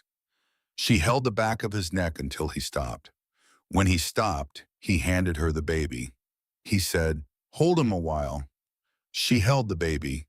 The baby slept on undisturbed. Ezra wiped his face with the back of his hand. He said, "Cordelia," she said. "Yes," he said. "If tomorrow," she said. "Stop. Everybody is stopping that sentence tonight. Tomorrow is going to happen. We will live through tomorrow. I forbid the alternative." He laughed. Once, wet, small, he said. Yes, ma'am, she said. Sleep an hour. Jasper will wake you. He lay down on top of the pillow with his boots still on. He was asleep before she made it to the door. She carried the baby out with her. She sat in the rocker by the fire. She rocked the rocker with her toe. She watched the door. After a while, Silas came back inside. He took his hat off. He stopped just inside the door. He looked at her in the rocker. He looked at the baby asleep against her shoulder. He did not say anything for a long beat. Then he crossed the room. He sat down on the bench across from her. Not the rocker. He left her the rocker. He pulled his coat closer. He laid his rifle across his knees. He looked at her. He said, Sleep, Cordelia. I will watch, she said. I am not sleeping. I am rocking. He said, Rock, then. So she rocked, and he watched, and the fire burned low, and the candle guttered out, and Mrs. Gable snored, and Jasper crunched soft, slow circles outside in the yard, and Ezra slept in the back room with Sarah's hairbrush in his closed hand, and the baby breathed against her collarbone. And a man on a bench watched her with his rifle across his knees and his hat off and his whiskey eyes wet in the dying firelight. Outside, the dark went pale. Outside, the pale went gray. Outside, the gray began very slowly to think about going gold. Down the trail, out of sight, out of earshot. 6 men were already in the saddle. A thin man with a tin star pinned crooked to his vest looked up at the high country where the smoke from a single chimney went up gray and straight in the cold dawn air. He told himself as he nudged his horse forward into the cold dawn that this was justice. It was not. But the men behind him would not know that until it was too late. The first horse hit the south trail. Inside the cabin, Cordelia Ashford stood up from the rocker. She handed the sleeping baby to his father. She kissed the baby on the forehead. She walked to the back room. She took off the wool coat that did not belong to her. She put on the red wool traveling cloak she had brought from Boston in her valise. She pinned her hair. She buttoned her cuffs. She straightened her collar. She looked at herself in Sarah's small square mirror. The girl in the mirror was not the girl who had gotten on a train. The girl in the mirror was not anyone she had been before. The girl in the mirror lifted her chin. The girl in the mirror said very quietly to no one, He will not have him. She walked out of the back room. She walked across the main floor. She walked to the front door. She lifted the latch. She opened the door. She stepped out onto the porch. The cold hit her face like a hand. Behind her, Silas Hartley walked out 3 steps behind, his colt at his hip, his hands empty, his head bare, the earliest possible ancestor of a smile on his mouth, just for her, just for 1/2 second gone before anyone else could see it. He took his place at her left. She took her place at his right. Down the trail, at the bend, where the timber narrowed, 6 riders came around the bend in single file. The man at the front had a tin star pinned crooked to his vest. He saw the woman in the red cloak first. He pulled his horse up.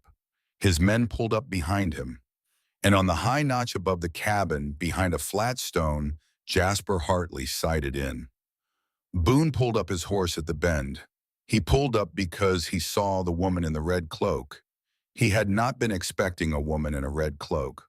He had been expecting 3 rough men and an empty cradle. He had been expecting a quick errand. He had been expecting a story he had told himself for 3 weeks now. The story of a sister murdered by her husband, the story of a baby kidnapped by a killer, the story of a lawman doing his lawful duty in the high country. He had told this story to himself in the saddle. He had told it to his men over campfire. He had told it to the depot clerk in Pine Ridge when he passed through last night. The story had a shape. The story had a use. The story did not have a Boston woman in it. He took his time. He let his horse walk forward 5 paces, then 5 more. He watched her. He watched the man behind her. He watched the cabin. He watched the line of the pole barn. He watched the smoke from the chimney. He watched everything but the high notch behind the cabin because he did not know yet that he should. He stopped 20 paces from the porch. His men stopped behind him. There were 6 of them the way Mrs. Gable had counted. There was Boone in the lead on a tall black gelding. There was a hard man with a broken nose on a roan. There was a younger man with a sawed-off shotgun across his lap. There was an old man who looked like he had been drinking since before sunrise. There was a wiry man with a knife at his belt. And there was Obadiah. Obadiah Hartley rode at the back. He sat his horse the way he had been taught to sit a horse in this very yard by the man who was now staring at him from the porch. He did not look at Silas. He looked at his own hands. Silas saw him look at his own hands. Silas filed that away. "Mr. Hartley," Sheriff Boone Calloway called out. His voice was the kind of pleasant that comes off a man who has practiced at sounding pleasant. Pleasant the way a knife handle is pleasant in a sweating palm. "Mr. Hartley, we have come a long way in the cold. I will get to the point. I am here for my sister's son." Silas did not move. Silas said, "State your charge, Sheriff." Boone smiled. He had a charming smile when he wanted to use it. He used it now. "I have a warrant," Boone said, "issued out of Larimer County, for the arrest of one Ezra Hartley, for the willful murder of his lawful wife, Sarah Calloway, Hartley, my sister, 3 weeks ago at this very cabin, and for the unlawful flight to evade prosecution and the unlawful retention of an infant child not in the custody of his next of kin." He produced a folded paper from inside his coat. He held it up. He waved it slow, like a man waving a flag. "You will produce," the boy, Boone said. "You will produce your brother. We will ride down to Pine Ridge together. There will be a hearing. The law will run its course. You and your brother Jasper will not be charged with anything if you cooperate. There is no reason this has to be ugly." Silas did not move. Behind him, Cordelia did not move. The wind moved. "Sheriff," Silas said, "you will read me that warrant." Boone's smile thinned a little. "I beg your pardon." "You heard me. You will read it. Out loud, in front of your men." A pause. Boone said, "Mr. Hartley, I am not in the habit of—" "You will read it," Silas said, "or you will leave my mountain." Now, Boone's eyes flicked. Once, quickly, to the men behind him, to the cabin, to Silas's hip where the Colt was, to his own gloved hand on the warrant. The wiry man with the knife shifted in his saddle. The old drunk yawned. Boone unfolded the paper. He read. He read in the voice of a man who has read a thing 100 times in his own head and never once expected to have to read it out loud in the cold. "Warrant of arrest, County of Larimer, Territory of Colorado, November the 18th, 1887. The subject, Ezra Hartley, is hereby charged with the willful murder of Sarah Calloway Hartley by means unknown on or about the 3rd of November of this year. Witness the undersigned, Sheriff Boone Calloway." He folded the paper. He looked up. Cordelia spoke. She had not spoken until that moment. She spoke now in a voice that was steady and quiet and very clear, the voice of a woman raised in a parlor where one did not raise one's voice. The voice carried on the cold air better than a shout would have. "Sheriff Calloway," she said, "by means unknown." Boone's head turned. He had not until that moment looked at her properly. He had registered her. A woman in red. A complication. He had not looked. He looked now. He saw a young woman with honey-colored hair pinned neatly under a small bonnet, a traveling cloak, cornflower blue eyes, a face he did not know, a face that did not belong to this mountain. "And ma'am," he said with some difficulty, "you are—" "I am Eleanor Cordelia Ashford," she said, "daughter of the late Theodore Ashford of Mount Vernon Street, Boston. I arrived in Pine Ridge on the 17th of this month. I have papers to that effect in my reticule. I have been a guest of the Hartley family for 6 days." She let that sit. Then she said, "Sheriff, why did your warrant say by means unknown?" Boone's face did a small thing. "Excuse me." "You read the warrant aloud," Cordelia said. "You read it in the voice of a man who knows what is on it. By means unknown. Sheriff, your sister has been into the ground for 3 weeks. Your warrant is dated yesterday. In 3 weeks, you have not arrived at a cause of death. Yet here you are, riding up a mountain in the snow, with 6 men to arrest a husband. The wiry man's eyes narrowed. The old drunk woke up. Boone said, "Ma'am, with respect, this is not your matter." "It is," she said. "I am the wet nurse to the child." A silence, a real one, the kind of silence that opens in the middle of a moving thing. The wiry man's mouth opened, closed. He looked at the man next to him. Boone said, The wet nurse." "Yes," Cordelia said, "to the infant in question. I have been feeding him for 6 days. He would have been dead 5 days ago without me. You are welcome to run into the cabin and verify the child is alive and well. He weighs more today than he did when I arrived. Mrs. Hetty Gable of Pine Ridge will swear to it. Dr. Miller of Pine Ridge will swear to it. He examined the child 4 days ago and signed a paper to that effect." Boone's jaw worked. She kept going. "Dr. Miller," she said, "of Pine Ridge, the same Dr. Miller, sheriff, who examined your sister 3 weeks ago. The same Dr. Miller who on the 3rd of November of this year wrote in his ledger in the town of Pine Ridge that the cause of Mrs. Sarah Calloway Hartley's death was, and I quote, suspect cause. Not childbed, not childbed, sheriff, suspect cause. In ink, in a public ledger in Pine Ridge." She paused. She let the men hear her. Then she said, "Suspect cause of what, sheriff?" The wiry man looked at Boone. The hard man with the broken nose looked at Boone. The young man with the shotgun looked at Boone. Obadiah Hartley closed his eyes. Boone said too quickly, "The doctor is a drunk and a liar."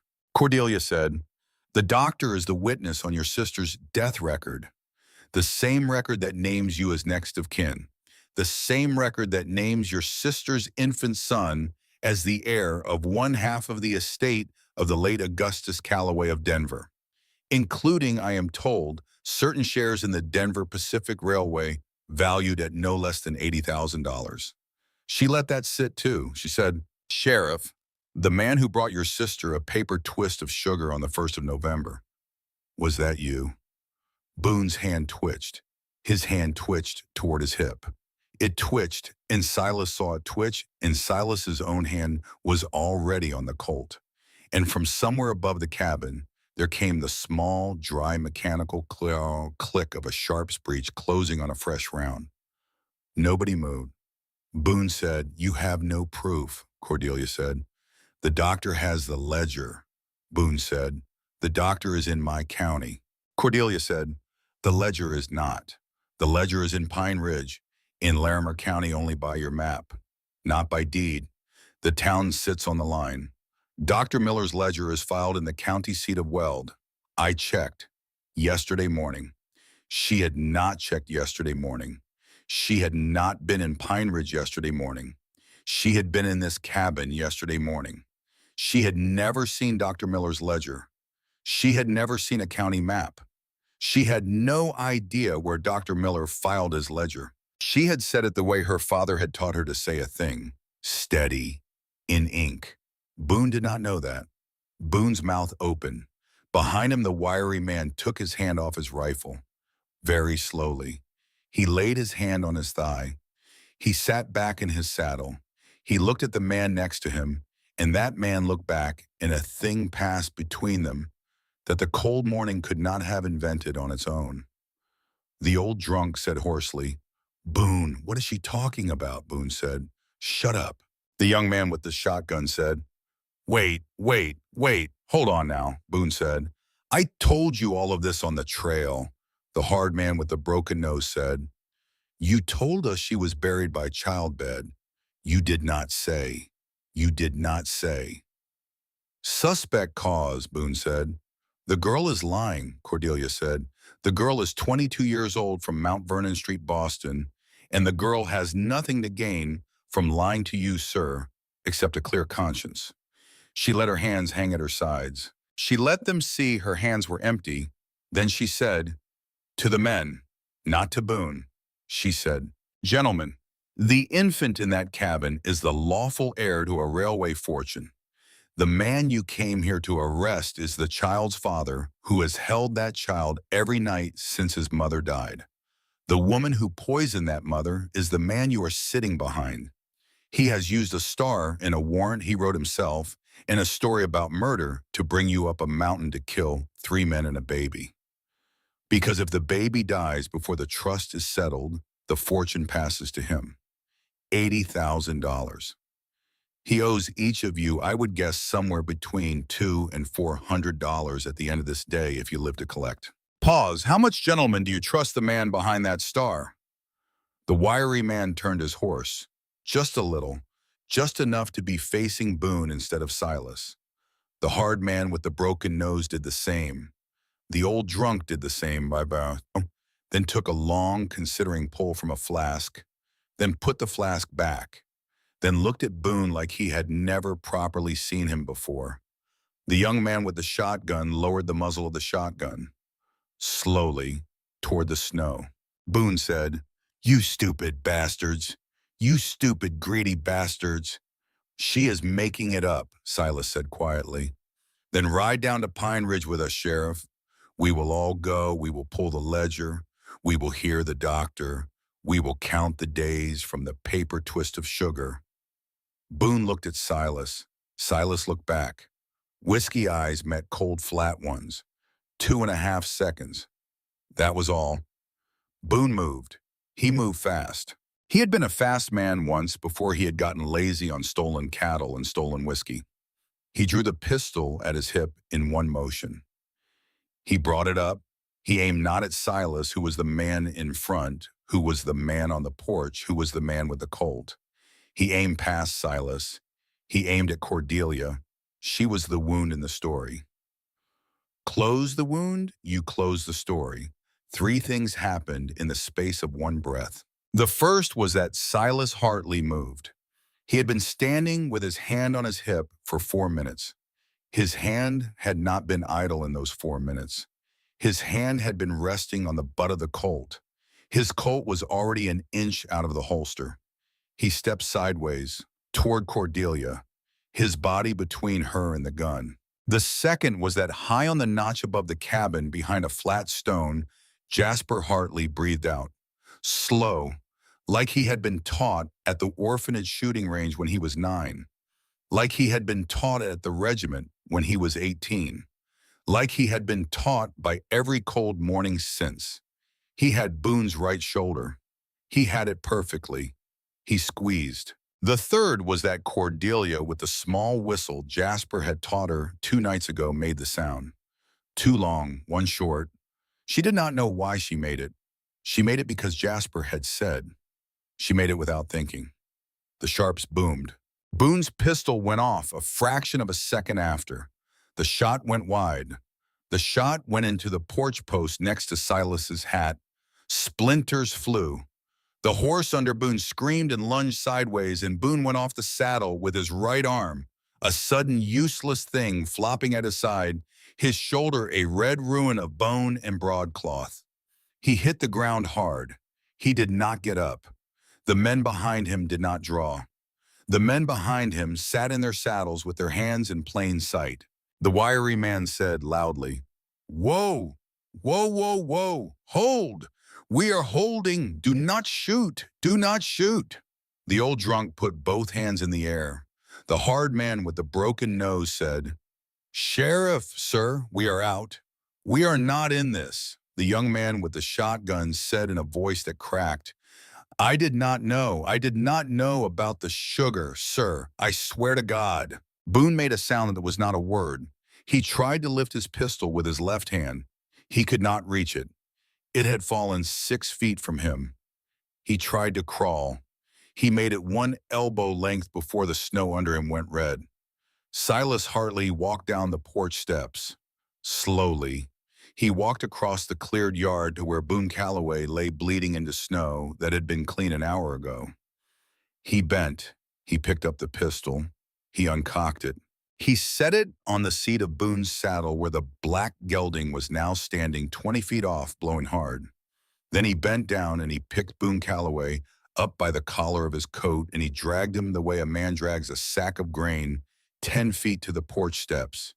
And he laid him there in the open in the cold where Boone's own men could see him.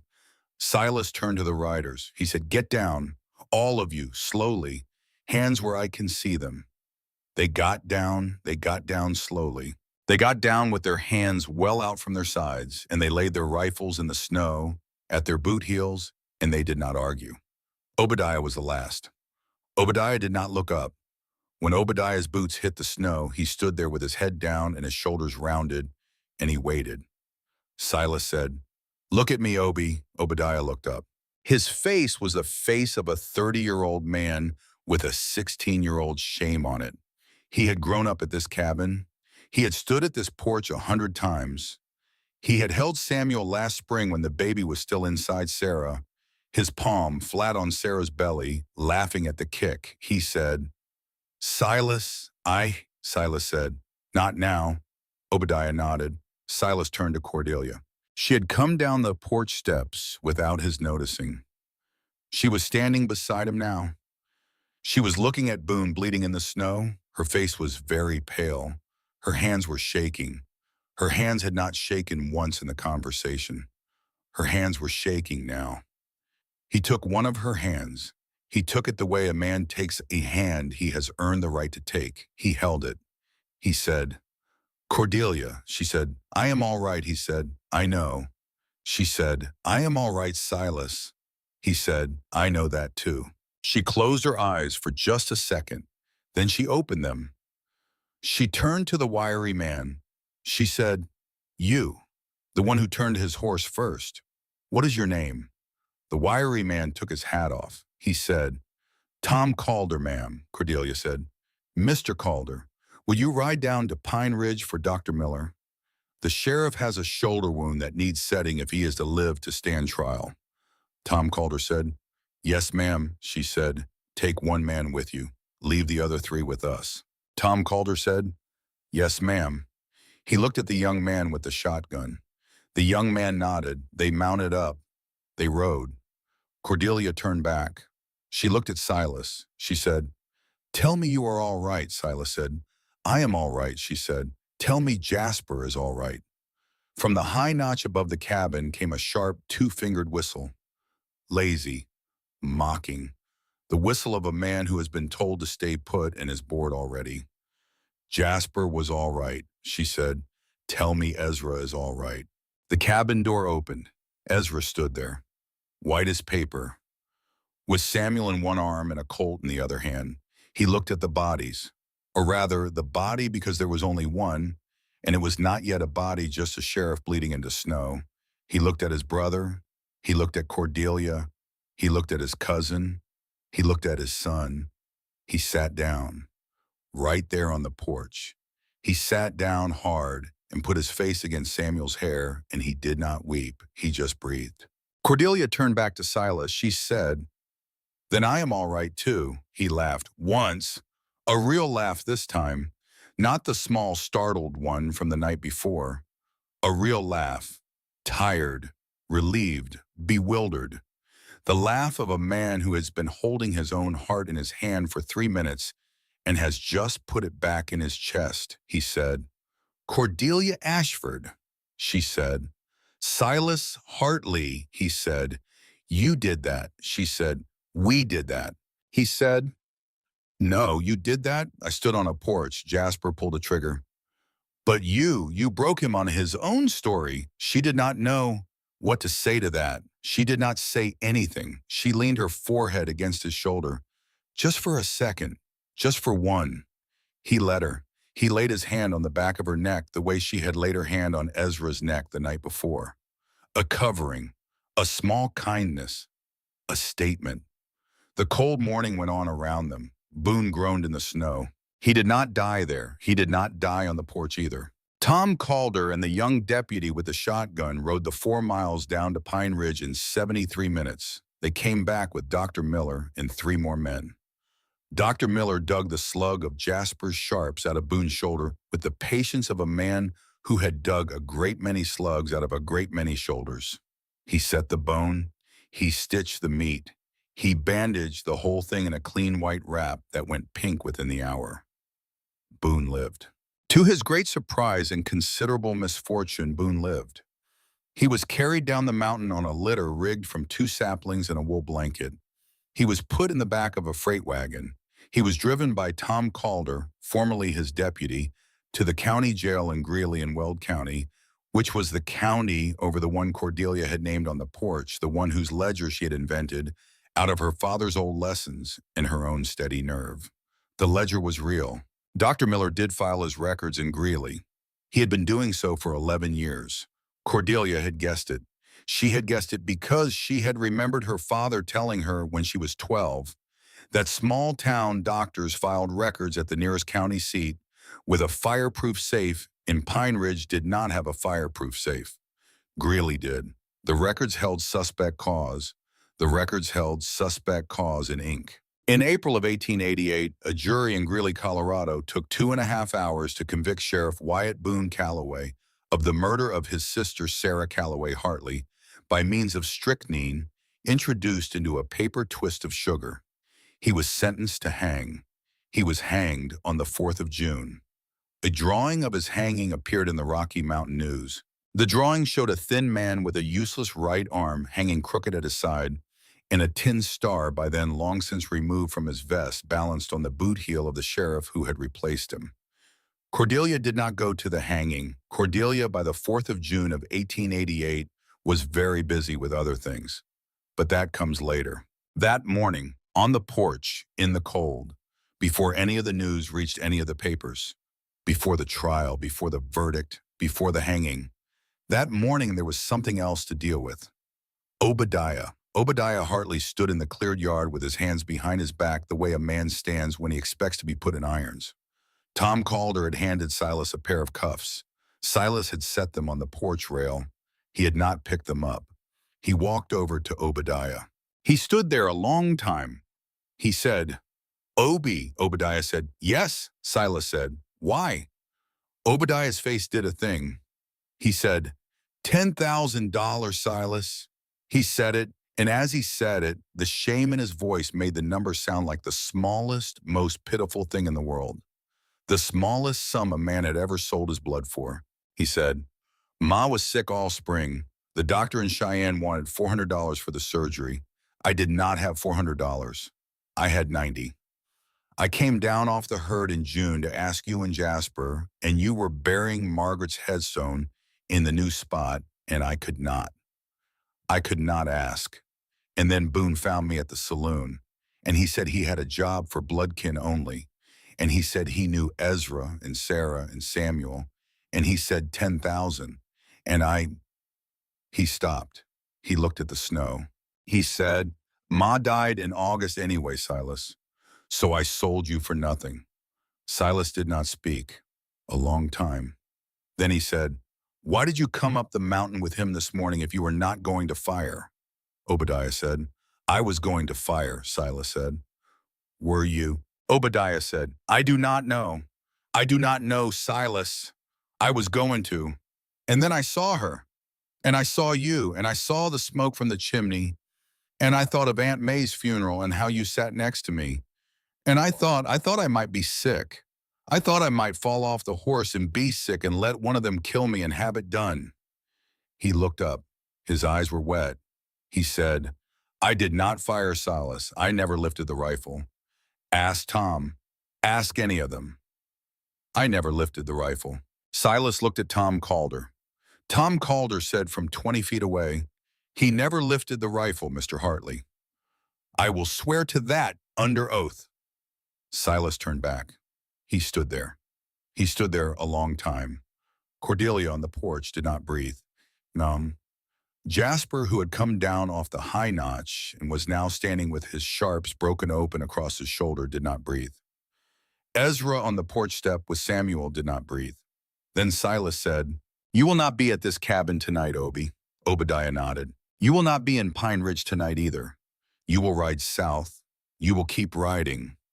You will write to me in the spring with an address. You will work. You will pay back the $10,000 a dollar at a time by mail for as many years as it takes you to send it. You will never see Samuel. You will never see Ezra. You will never see Jasper. You will never see me. Not until the last dollar is paid. And after the last dollar is paid, you will write to me one more time and ask. And I will tell you yes, or I will tell you no, and you will live with whichever I say. Obadiah said. Silas said, that is the mercy. Take it before I think about it longer. Obadiah took it. He took it the way a man takes a thing he does not deserve and has been given anyway. He took his hat off and held it in both hands. He nodded. He could not speak. Silas turned away from him. Silas turned and he walked back to the porch. He walked to Cordelia. He stopped on the porch step below her so that they were almost of a height. He said quietly so only she could hear. I will explain that to you later, she said. I think I understood it the first time. He looked at her. He said, did you? She said. He sat at your table for 11 winters, Silas. You are the only father he has had since he was 8 years old. You did not have it in you to put him in irons in front of those men. You will have it in you to forgive him in 2 years, maybe 3. I will be here in 2 or 3 years to remind you that you forgave him on this porch this morning before you knew you had. Silas closed his eyes. He said, Cordelia Ashford, she said. Silas Hartley, he said. Marry me, she said. She had not for an hour been able to find any of her words.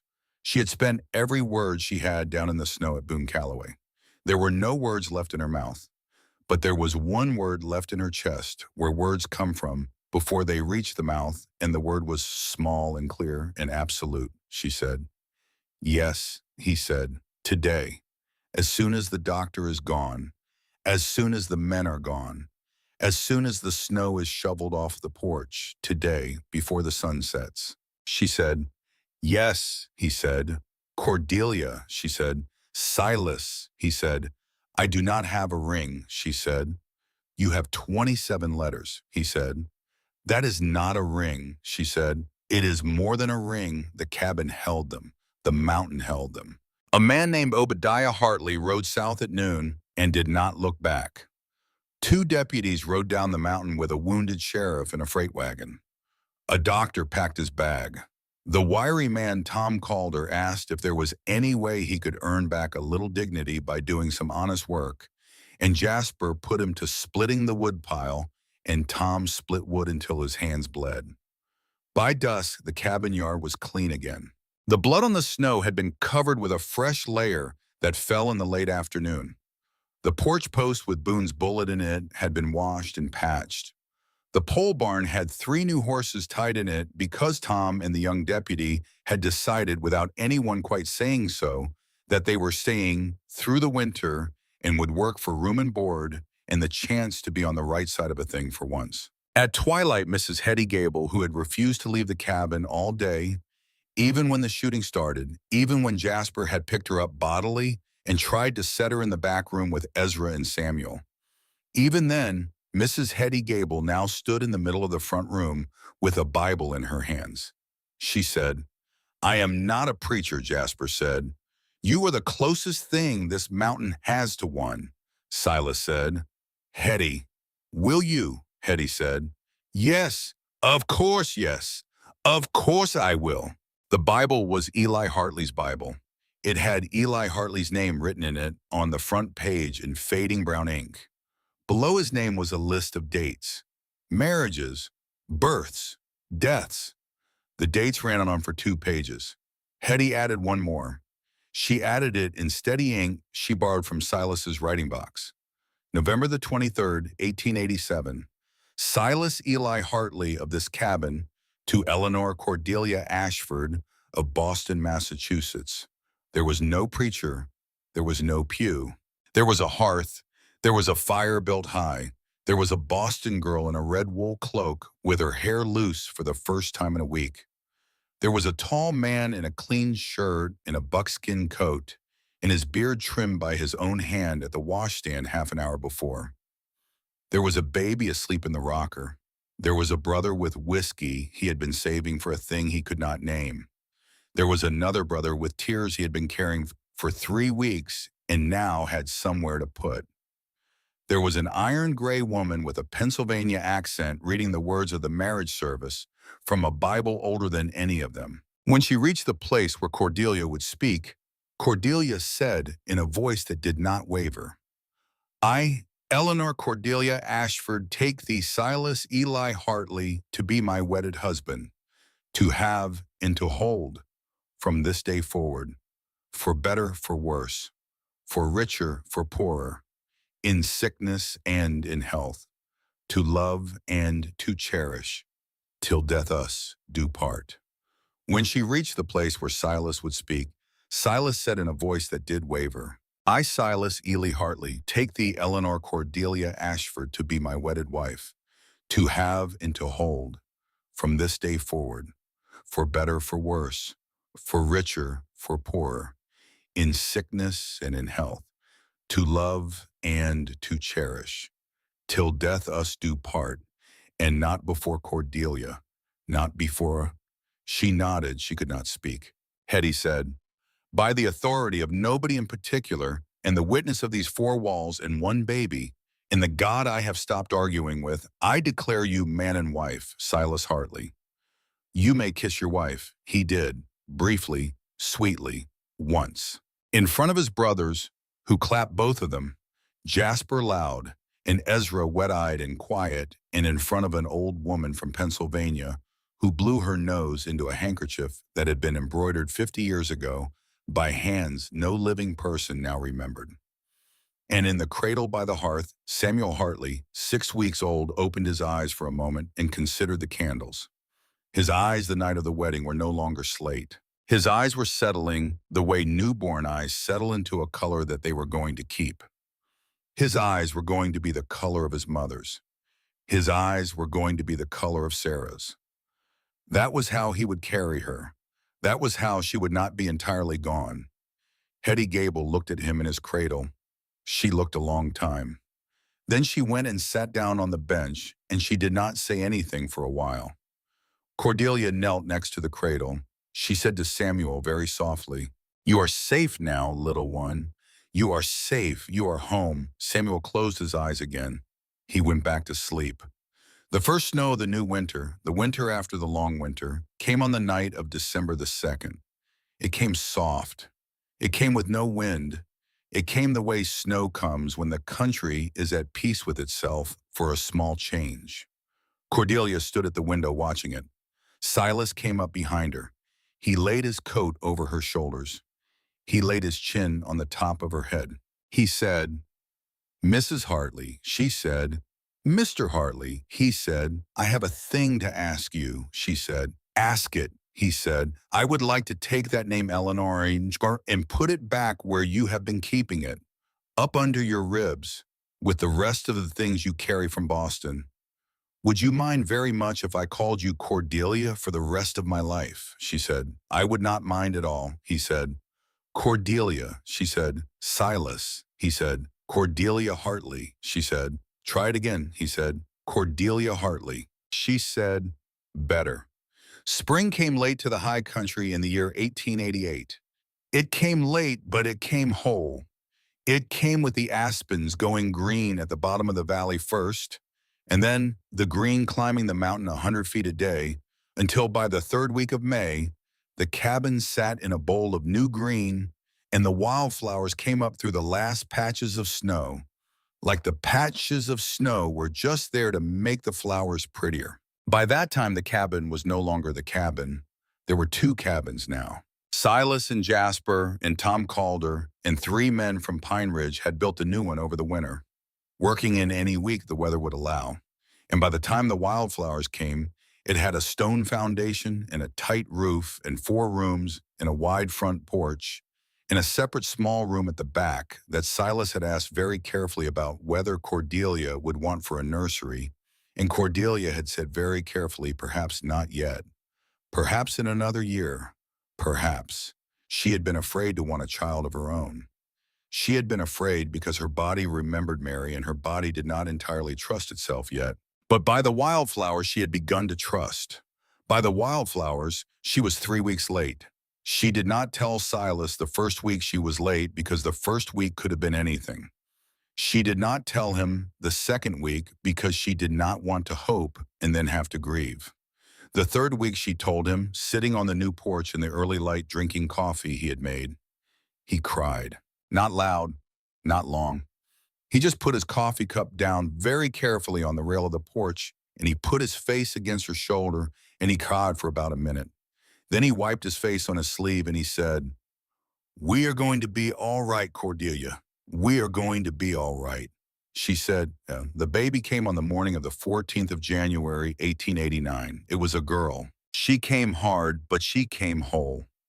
She came with all her fingers and all her toes and a head of dark hair the color of her father's, and a voice that filled the new cabin from beam to beam from the first minute she opened her mouth. Dr. Miller, who had come up the mountain 3 days before and slept on a cot by the fire waiting, said in his 30 years of country doctoring, he had never delivered a child who screamed so loud, so fast, so well. Hetty Gable said, "That doctor is because she is her mother's daughter." Cordelia, exhausted, raised her hand off the quilt and pointed at Hetty weakly and said, "Stop that." Hetty said, "I will not."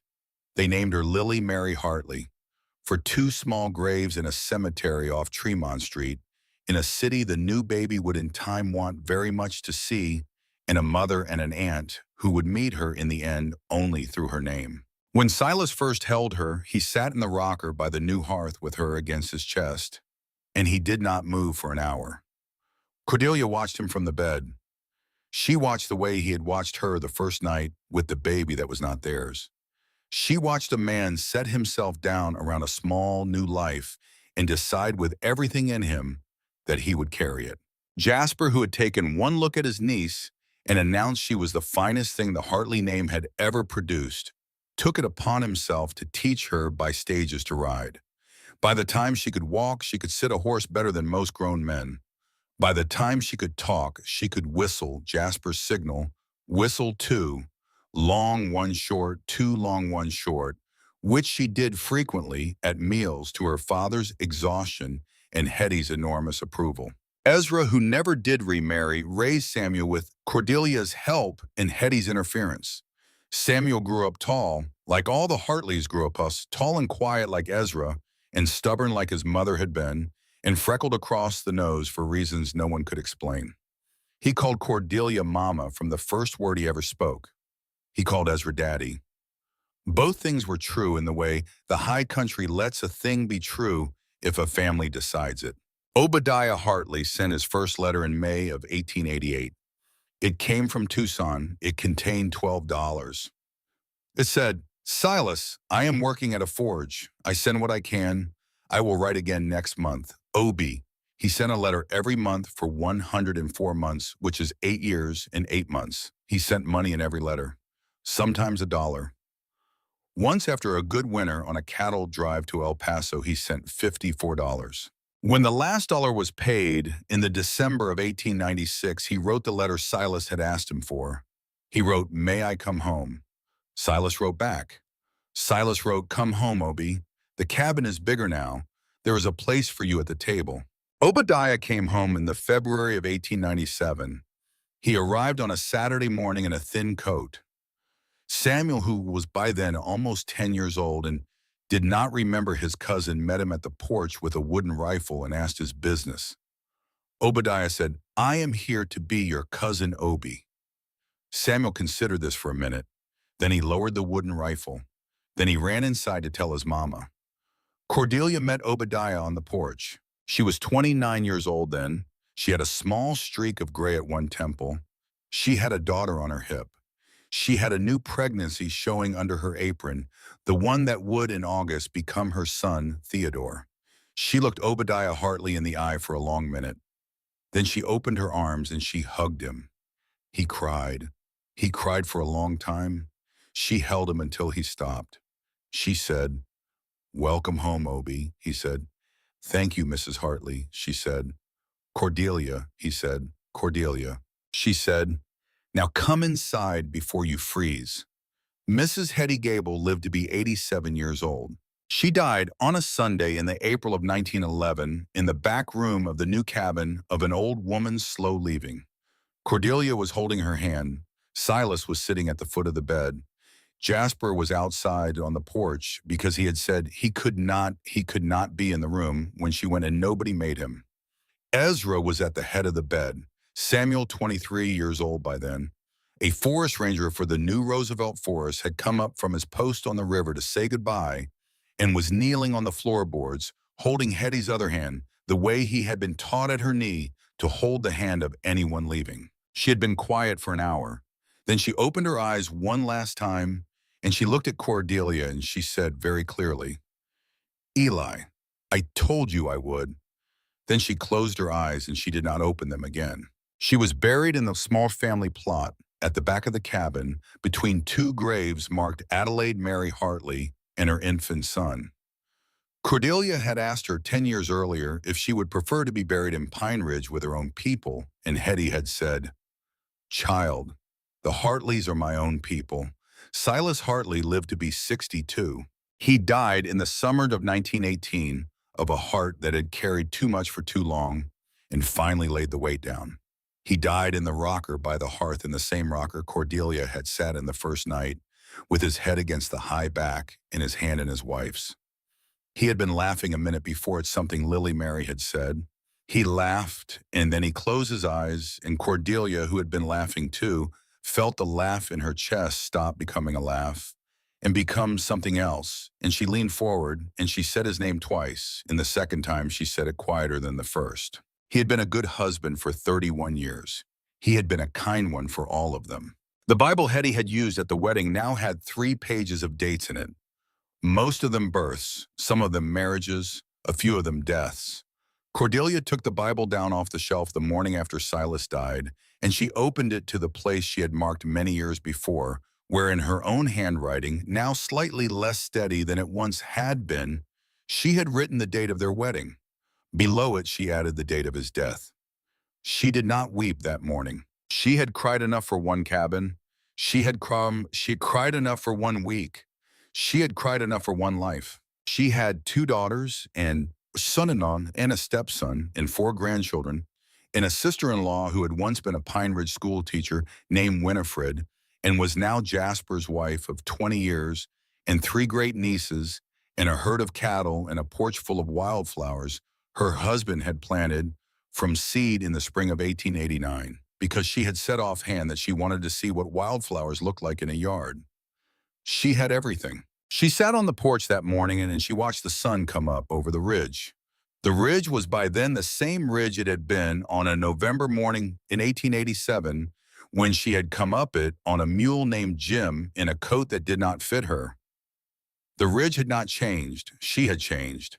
The girl in the mirror who had looked back at her from a small square mirror in a back room of a smaller cabin, the girl who had said to no one in particular, "He will not have him," had become a woman of 53 with a streak of gray at one temple now grown wide, with a husband in the family plot at the back of the new cabin, with a life she had not been able to imagine when she first stepped down off a stagecoach in a town called Pine Ridge. She had been a Boston girl once. She had been a mail-order bride once. She had been briefly and only on paper a woman ordered by a man who did not know her name. She had become instead the woman who had walked up a mountain in a storm to feed a dying child. She had become the woman who had broken a lying sheriff on his own story in a cold dawn on a wood porch. She had become the mother of Samuel and Lily Mary and Theodore Ashford Hartley. She had become the wife of Silas Eli Hartley. She had become, in the words of an old gray woman from Pennsylvania who had once knelt beside a wounded corporal in a field hospital at Antietam and had loved her like a daughter, a Hartley of this mountain, which was on this mountain the name for a thing that did not go away. She sat on the porch a long time that morning. The sun came up the rest of the way.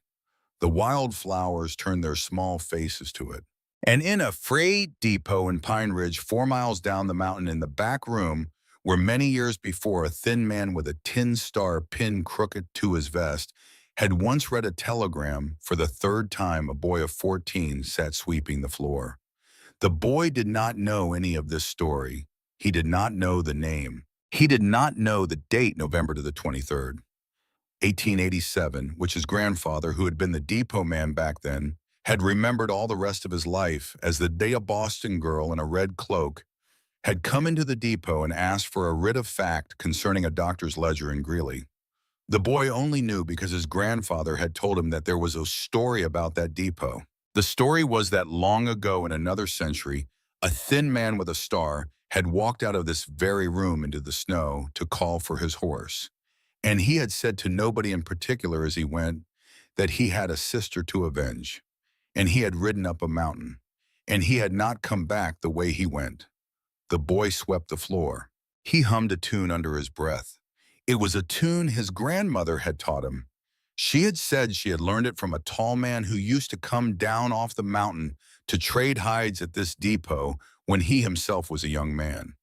The tune was a whistle, too long, one short, too long, one short. The boy did not know what the whistle meant. The boy just knew he liked it. He swept the floor of the depot and the tune went out of his mouth and into the cold spring air and up the south trail toward the high country, where on a porch in front of a cabin she had not left in 3 days, an old woman in a black dress raised her head because she had heard the tune from somewhere far away, and she smiled. She had always loved that tune. She had heard it the first time on the longest night of her life. She had practiced it under her breath in a cabin lit by one candle, while 3 Hartley men and an old woman and a baby slept around her, and a man she did not yet know she loved sat on a bench across the table with a rifle across his knees and his hat off and his whiskey eyes wet in the dying firelight. She had been 22 years old then. She was 60 now in this last spring she would see. She had carried that tune and that night, and that man, in that mountain all the way through her one good long life. She had carried them the way a woman carries a name she earned in a storm, the way a woman carries a child not her own, the way a woman carries a letter she read by candlelight and never forgot. She rocked the rocker with the toe of her boot. The wildflowers nodded in the morning wind. The mountain held her. The mountain had always held her. The mountain in the end had been hers. She closed her eyes for a moment in the warm spring sun. She was tired. She had been tired for a while. She was not afraid of being tired.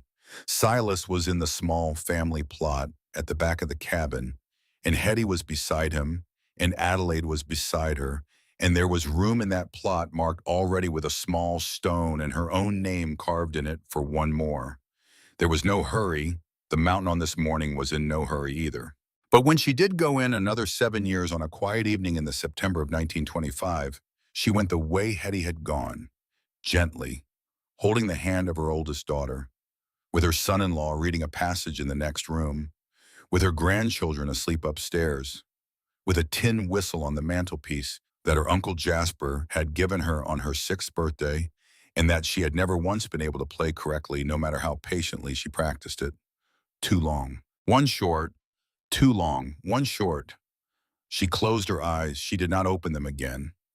In her hand, when her daughter loosened the fingers in the morning, was a small folded letter she had been carrying in the pocket of her apron for 38 years. The letter was worn soft as cloth. The letter was addressed in faded ink to Miss Ashford. The letter had been signed in handwriting her granddaughter would a generation later recognize on sight with a single word: yours. The word was small. The word was the smallest a word can be. The word was in the end the largest word her life had ever held. She had come west once on a train, with a letter, with nothing else, with a body that would not forget, with a heart she had not believed could be carried any further than the harbor at the end of the world. She had carried it, in the end, all the way home. And in the small family plot at the back of a cabin in the high country of Colorado, where the aspens still go gold in October, and the snow still comes early, and the wildflowers still come back every spring. Whether anyone plants them or not, the new stone went up beside Silas Hartley's stone in the October of 1925. It read, Eleanor Cordelia Ashford Hartley, 1865 to 1925. Beloved wife, beloved mother, beloved Hartley of this mountain. She came west on a train. She did not go back.